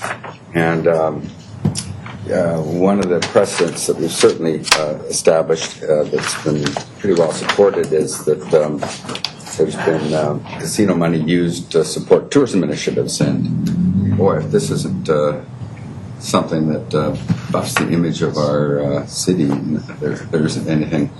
And I would hate to see us hamstrung for money, especially when I understand that one of the other finalists for 2017 is the not inconsequential city of Bruges, Belgium, which is like a UNESCO World Heritage Site. Beautiful city. I've yet to travel there, but I certainly know about it. And Coquitlam versus Bruges, B versus C. That's good. You're going to start a new website, right? BeatBruges.ca? Beat Bruges, yeah. Okay. T-shirts. T-shirts too, good. Anyway, so I support this. Thanks. Thank you. Well, I have been to Bruges, the Church of the Holy Blood. It's got a lot of chocolate, so we might have to get some edibles. We have to get some edibles going. Okay, I think that's it. Anyone else want to speak? Move receipt. Second. Moved by Councillor O'Neill, seconded. All in favour? Anyone opposed? Item 7 is the Wesbild D9 park name, and the report is before you for information. Second. Okay, do we have comments, or can we just start with comments? You can just, Councillor Asmundson. Thank you. a lot of work's went into this. I don't like the name Burke Mountain Pioneer Park. I prefer the Hoygaard Park. It ties in more directly to the history of the people that live in that area, and I think it's one of the areas and some of the things that we're trying to do. The Northeast Ratepayers have been around for many decades up there. Sent us a letter strongly endorsing that as a better historical tie-in to the land and to the community. I think that's something we're trying to do in that area. So I also looked at the numbers that you saw that, okay, Burke Mountain Pioneer came up first, but Hoygaard and the others were tied for second. And I was quite impressed with that because a lot of the people on Burke Mountain, our new residents, don't know the history and the family and its relationship to that land. So I saw the highness of that time for second. I thought that was pretty impressive because most of the people don't understand or recognize that history. And not to have that named that way sort of keeps losing that history in that area. And I know at one point we've talked about the difficulty in pronouncing the name as one of the reasons that we were thinking of not using it as a name. But I think the uniqueness of that name leads to people to better understanding where that park is. And, you know, when I look around our city, in our area here, we have a lot of areas that parks in different areas. We have Minnetonka Regional Park, and I don't think that's a very easy name for people to get around pronunciation. We have Maccabee Park. We have DeVogel, people pronounce it differently. We have Shiloh. Some people have difficulty pronouncing that. Yeah. On streets, we have Bernatchi. We have some different names that some people find difficult, but I don't think that should restrict the use of that name. Yeah. So my preference moving forward, and this is just committee, would be to have the park named the Hoygaard Park, because I think it better ties in some history to that area, and that's something that we've been trying to do when we came up with our street naming plan, was to tie in the street names to historical areas. And I do believe when we did the street naming that Hoygaard was even considered within that realm of those names in that area. That was through our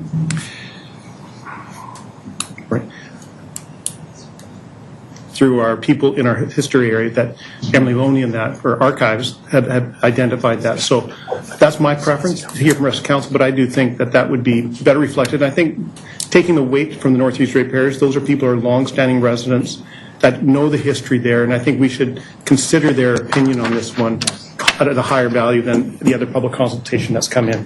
Thank you. Okay. Thank you, Councillor Asmussen. Before I move to Councillor Reid, so will this come to an evening meeting for council to vote on, or how is this going from here? There is no formal process to name a park. We haven't seen of a formal resolution being worked out by council. The hope was that today we'd get a general consensus by council, even if it's a straw poll. Our goal, and that we haven't made a recommendation because there is actually no policy around park naming, aside from we usually do the street on which it's on. In this case, Collins is not something this council has advised us is supported, and we're fine with that.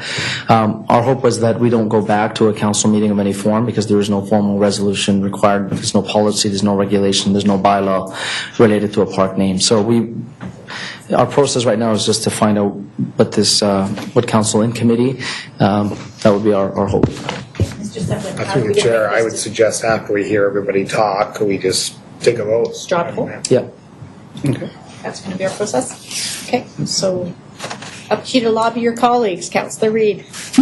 Well, whatever we do, I would like to make sure we have a board up there, a historical board that goes along with a lot of the stuff that Sandra has said in her letter about somebody else who owned it, and then it went on, and that's the problem. So it was first owned by Jim Douglas, and then it was owned by Hoygaard, so, you know, and then it was owned by Wesbild. So who do you want to call it after? So I don't know. I would just call it Pioneer Park, not Burke Mountain Pioneer Park, but just straight Pioneer Park. That's it. But I'd like to see a historical board up depicting the, the history of the park. Councillor Hodge. Well, first, I'm uncomfortable having this discussion in public. I don't think we should be discussing naming parks when people's names are involved with families in a public forum, which isn't to say that the family's not deserving of it. I think there's a number of families that are up there. This is unique. We haven't usually taken this approach to naming parks before. Recognize that there are a number of the longtime residents up in Burke who recognizing that there are a number of residents up there who are longtime residents who do know the name, but I live not far from this park, and I've never referred to it by the family name. In fact, the name that most residents up there... Point of order. The ranch. Point of order. The motion is to receive this. This is the way that we get a report in the public realm is to receive it at a meeting. As your preamble was, we never discuss these things in public because it does necessarily mean, well, I'm not sure I really like the Davis family that much, and that sort of thing. So I'm going to encourage us to comment only on the way in which the report was drafted, or the conclusions that it drew, or the methodology for the polling, but not the decision. The recommendations or any decision related to it or any discussion about those individual names ought to be done in a closed meeting, as is our protocol. Good. And as you said, the chair said, lobby, and I have concerns about the fact that we're doing this as a public in a public setting, and I just want to point out that while we have a letter of support from the group Northeast, that the residents up there don't use that name in reference to the property. Hence, the name for years has been called the ranch site because people either couldn't pronounce it, didn't know the history, and I think that the name that's being presented allows us to recognize not only the history of this family, but all the families. And I'd like to see if this name is adopted, that we use this as an opportunity to, through some plaques, artwork, to recognize the history of a lot of individuals up in that community who are all equally deserving. And it's always tough when you have only a very few parks or a very few streets to see who is more deserving. And this property has changed hands a couple of times, and there are a number of people in that neighborhood who deserve to be, I think, recognized. And I think the second choice was, I think, supported by everybody. The first choice had stronger support within the people who had maybe lived up there the longest. And this is a park that's going to be used by all residents as we go forward. So I'm concerned about doing a straw poll. I was just willing to support the staff recommendation, which was go with what seemed to be a more acceptable second choice or more popular second choice, but still find opportunities to recognize the history of the site through interpretation. Clarification here. I'm not sure if you look at. Are you doing a point of order? Well, somebody just said a straw poll, so I don't know. I will let Terry speak, and then I'm going to. So, how are you interpreting these figures here? Because I interpret Burke Mountain Park got 35% first place, and 35% Burke Mountain Pioneer Park 35% second. And you said you were saying that it seemed to be everybody's choice. Yeah, I think that's what the staff. I think that's what the report said. That's why they had gone with it. I didn't start totally up all the different numbers. It's the top first choice and the top second choice. Was Pioneer Park. Yeah. Okay, I thought it was only on the second, that it was everybody's second. So it is first and second choice then. So I'll talk about that later when it's my turn. I'm going to ask the clerk, and I'd like to propose that maybe this discussion, maybe there is some closed discussion that we need to have, because there is at least one named person in this, that we could have a very... I would suggest, in keeping with the mayor's comments, that the final decision be done in a closed setting, but it is appropriate, since it's a public report and there's public aspects to it, that anybody who wants to comment publicly on it can do so now, and then we'll just receive it for information, and any kind of final decision can be done in closed. Well, thank you, Mr. Sedlin. I wasn't thinking the decision needs to be enclosed, but just the discussion around people. That was the only thing I was thinking. Any way that council wants to proceed is open. It's a difficult one because we don't have a policy, right, on how these decisions are made, and they're usually staff decisions, right? So let's go ahead with what Mayor Stewart said, is that we're just going to have a discussion around the content of the report and how it was put together and how we collected the data. And I'm not sure that a straw poll is. I just moved that we receive it. Yeah, I second it. Okay, well, we still have some speakers. It's okay. I'll withdraw. Councillor Towner, you're all right? Councillor O'Neill? Yeah, I want to speak. So in our annual citizen survey, we say we have like a 97% or 95% approval rate. And in that, we take that by adding together the people who are very satisfied and people who are somewhat satisfied. I'm saying that in defense of the methodology and the outcome of this report here. Because what this report here is, you've got actually 5 things. If you divide this into strongly support the name, somewhat support, neutral, somewhat opposed, or opposed, you've got 70% of support for the name Burke Mountain Pioneer Park, 50% support for West Hyde Park, and Hoygarth Park 41%, and it goes down from there, combining the first choice and second choice. So I think the public has spoken in a very clear way here. The methodology was good. We started this process in public. It was a little uncomfortable when we did that. The staff went and launched on this, and in this exercise, come back to us with the results of the exercise. I think the results are very clear. So I'll be simply receiving the report, and I don't really see a need to speak any further about it, but I think it's a very good report and very clear outcome. Thank you. Mayor Stewart. The motion is on the floor to receive. That's the appropriate motion, and I wouldn't want to see us break the tradition. We can come back later, and in fact have to come back later with a public affirming of a decision related to naming, but naming is done in closed, and I'll be comfortable with receiving the report. Councillor Towner. I have a question. Did the members of the Northeast, the NECRA, did they fill out the online survey? So are in the 124 responses, are all the people that voted here represented in the... Through the chair, the online poll was open to everybody, so yes, their members as well were asked to submit their feedback as well. Okay, thank you. Councillor Marsden? I think Councillor O'Neill has very articulately explained why the thought process behind this is valid. I think it yielded the results it did, and I think we need to move forward. I appreciate the recommendations that's come to us, and let's get this done. All right, so we have a mover on receiving the report? Yes. There's a motion on the floor to receive the report. All in favor? Anyone opposed? Carried. Move adjournment. Second? No OBs. Good thing. All in favor of adjournment? Anyone opposed?